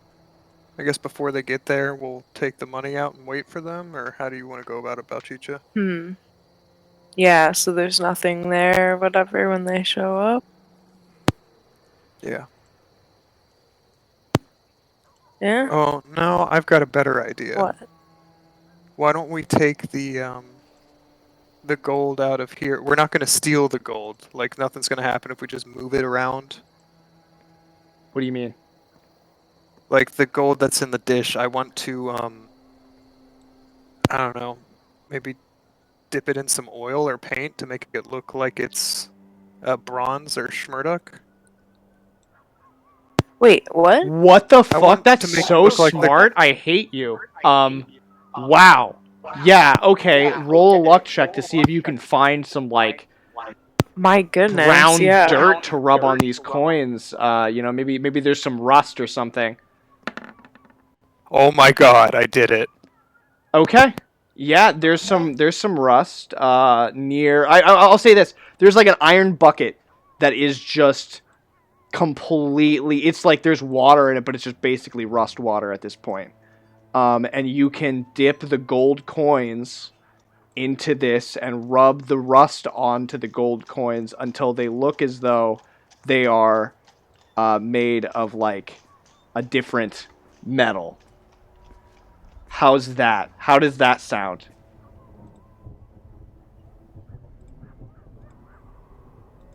Yeah, is that what you're going for here? You're muted if you're saying something, I'm sorry. Sorry, yeah, no, that's exactly what I'm going for, and I was thinking maybe drop an extra gold rilk or two on top, just to make it even look quite normal. Okay, yeah, no, that's you're a genius, number one. Good on you for that. So, wow. I'm a thief. All right, so here's what I want. I want to know where you all are during this. As you wait for the Scutters to show up to collect the money from the protection thing, and I'm gonna say that I'm gonna say this guy smiles. This guy, because you're gonna like, if this works out, then this is gonna like help this guy out a lot. He's gonna actually have money for like nicer food and can like give more glory to the rat god if this goes exactly the way that it might go. So is this the obviously the shrine in the middle there? Yes, and there's the like thing at the bottom. Alleyway leading to it. Yep, there's a long alleyway that leads up to the shrine here in this court. It's called. It's not called Rat Court because the name's already taken. I regret naming that neighborhood Rat Court. So yeah, it's Rat God Court is what it's called. And you're gonna have to just give me a moment, cause I want to know how you're all hiding. Are you hiding up on the roofs? Are you hiding like just on the other side of the street? It's very thick fog today, so it's up to you. I think the roofs will give us the Yeah. best vantage point. Yeah. While getting us out of the way. I would think that it'd be we've got plenty of time, so we could just cut through one of the shops and go up a set of stairs or something. We don't need to climb a sheer surface or anything. Mm-hmm. I'm sorry, one more time. I was reading something. Oh, no, you're fine. I'm thinking since it's early in the day, we've got plenty of time to just cut through one of the shops and go up some stairs to get, like, on the roof to get a good line of sight. We won't need to, like, climb a sheer surface. Oh, yeah, no. Give me a second. I'm going to roll here. You got 1, a 2, and an 11. All right, so which one of the buildings are you going to try to go through? I guess like here, and then kind of be on the back side so that they're not, we'll be looking at the backs Okay. of their heads as they come in. All right, so the two buildings on either side are pretty much just walls. They are burned out husks of former tenements, and there's no real way. There's all this, the wooden stairways inside are all like completely ruined. However, there is a pawn shop on the north side that's just a simple pawn shop, and it does seem like there's some kind of like fire escape, ladder that you could climb up to get up on the roof there. Yeah, no, I guess we'll go with that, and then hide ourselves the best that we can. All right.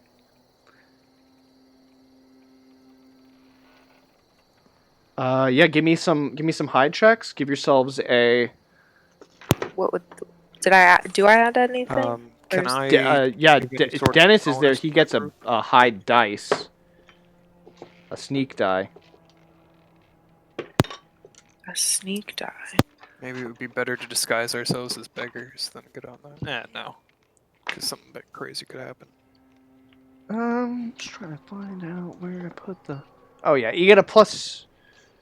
Oh, there it is. Yeah, it's with the current.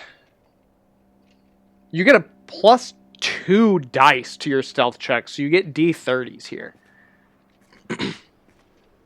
For all of Wow. us? Everybody, Wait, what? yeah, everybody's at a plus D30. You got to roll a D30 for your sneak checks with the current fog that is rolled in today. Rolled very high on that check. A D30, my goodness. Dennis. That's a 14 for Osolva. What the fuck, Dennis? A 5, Dennis? Wow.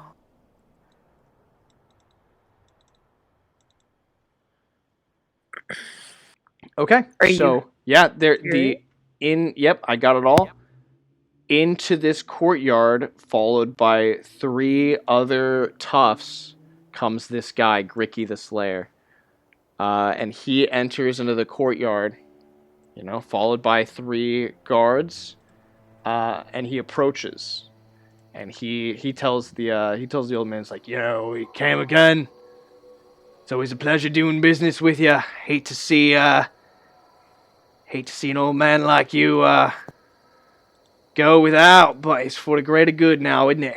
All glory to the rat god and all that. And he carefully picks out the coins.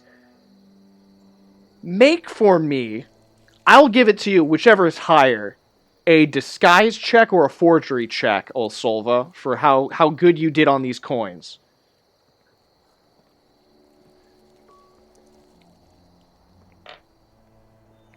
And this will be an opposed check.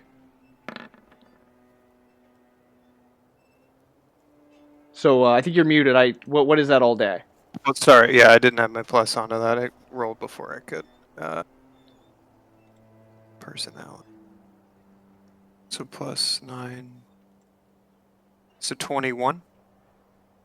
Okay. All right. Should I roll the other one, or is that good? No, that's perfect. Give me a moment here. Okay. Yeah. He is fooled, and he takes Oh my god. all of the coins that he believes to be not made of gold. And then him and his men, they turn and they start walking out of the courtyard. But as soon as they get to like right here, something happens. And out from the drain pipes, and out from the windows, out from between cracks and holes in the floor, out from holes in the wall, come pouring a tidal wave of rats.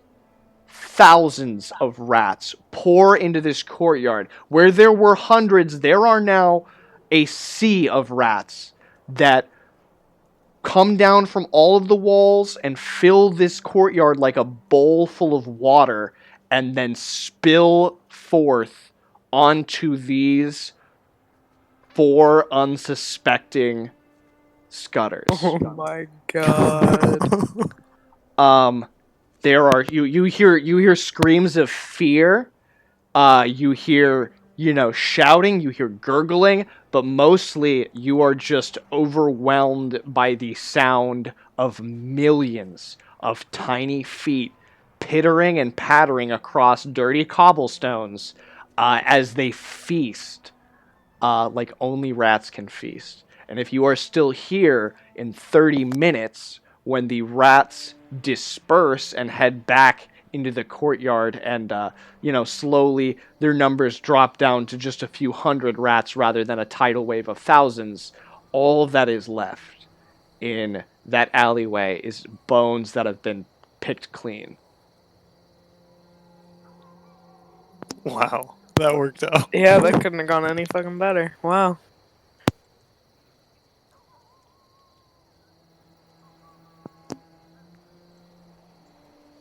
So I guess we took care of the rat shine problem.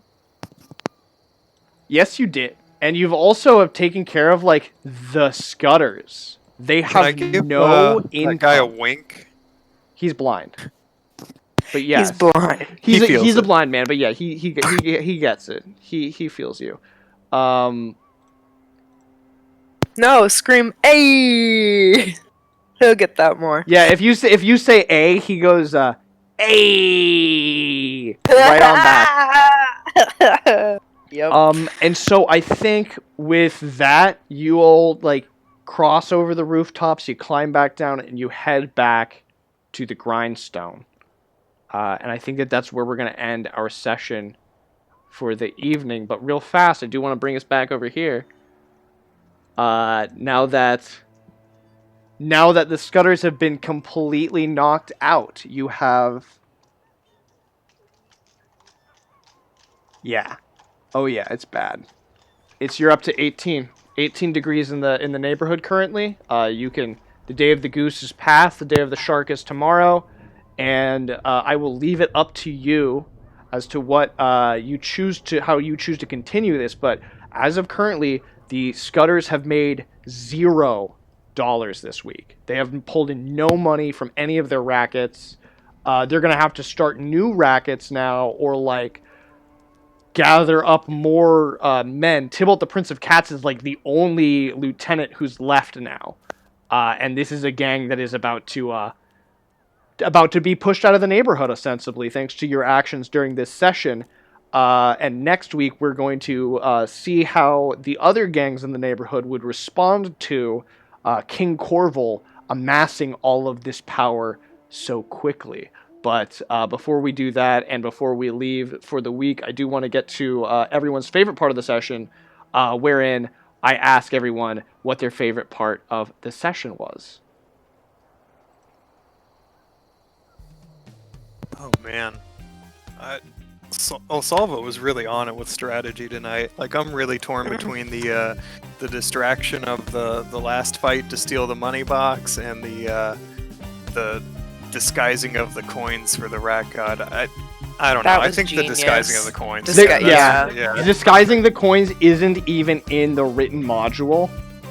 It's so fucking smart though. Like I was like reading over the module, and the module was like, yeah, if your players come up with some crazy scheme to like steal the coins and then slip them into somebody's pocket or something, like there's a way to do that. But it never once imagines like it's really foggy and everything's hard to see, and the PCs disguise the gold as some other metal. Like that is, you outthought the writers of this adventure, and that that deserves some high kudos and accolades. That was some really, really good stuff. That was good. It worked out great. That was really cool. You said described everything well enough to give the option. Oh yeah, I mean and you passed the luck check really well, so there's a rusty bucket full of rusty water, and scrape some of the rust off the bottom, and you can make these look like some bronze pieces. So with 4 hours, you could figure it out. Oh yeah. Tava, what was your favorite part of the session? I liked the bar fight and getting really big and just being destructive with those people, but Dennis got a kill. Dennis and did I get like a that kill. for him. But him getting shooed out by the innkeeper lady was pretty funny because he. He's the only one who didn't get tripled in size, so he's just a little kid, and she's pissed because she got woken up and now has to clean this tavern that is stained And now with there's blood. a literal bloody mess to clean up. Yeah. Yeah, and so she's gonna chase Dennis out with a broom and chase all you out. This was such a cool. I was a little worried because I'm like, this is the first time we've done like a sandbox adventure in this campaign, and I'm worried about it getting too confusing or things getting too crazy. But it worked out. It worked out really, really well, and we're gonna get to do some more stuff next week. That was awesome. That was so sick. That was a really Yeah. fun session. That was I had an absolute blast. So thank you both for playing. And if you've been watching, thank you for watching. If you're watching on YouTube, be sure to like, follow, and subscribe. If you're watching on Twitch, be sure to give me a follow. As always, I've been Judge Zed, aka Zach Lane, aka Zacharias the Pious of House Lane, first of his name, former Lord of Give a Shit a Shear, Harbinger of Sass, Unholy Prince of the Sea of Ash, and Lord of the Game. And today that game has been the only one whose maze crazed plays for days in ways that will amaze days and set characters ablaze. Dungeon Crawl Classics. Have yourself a good week at the table.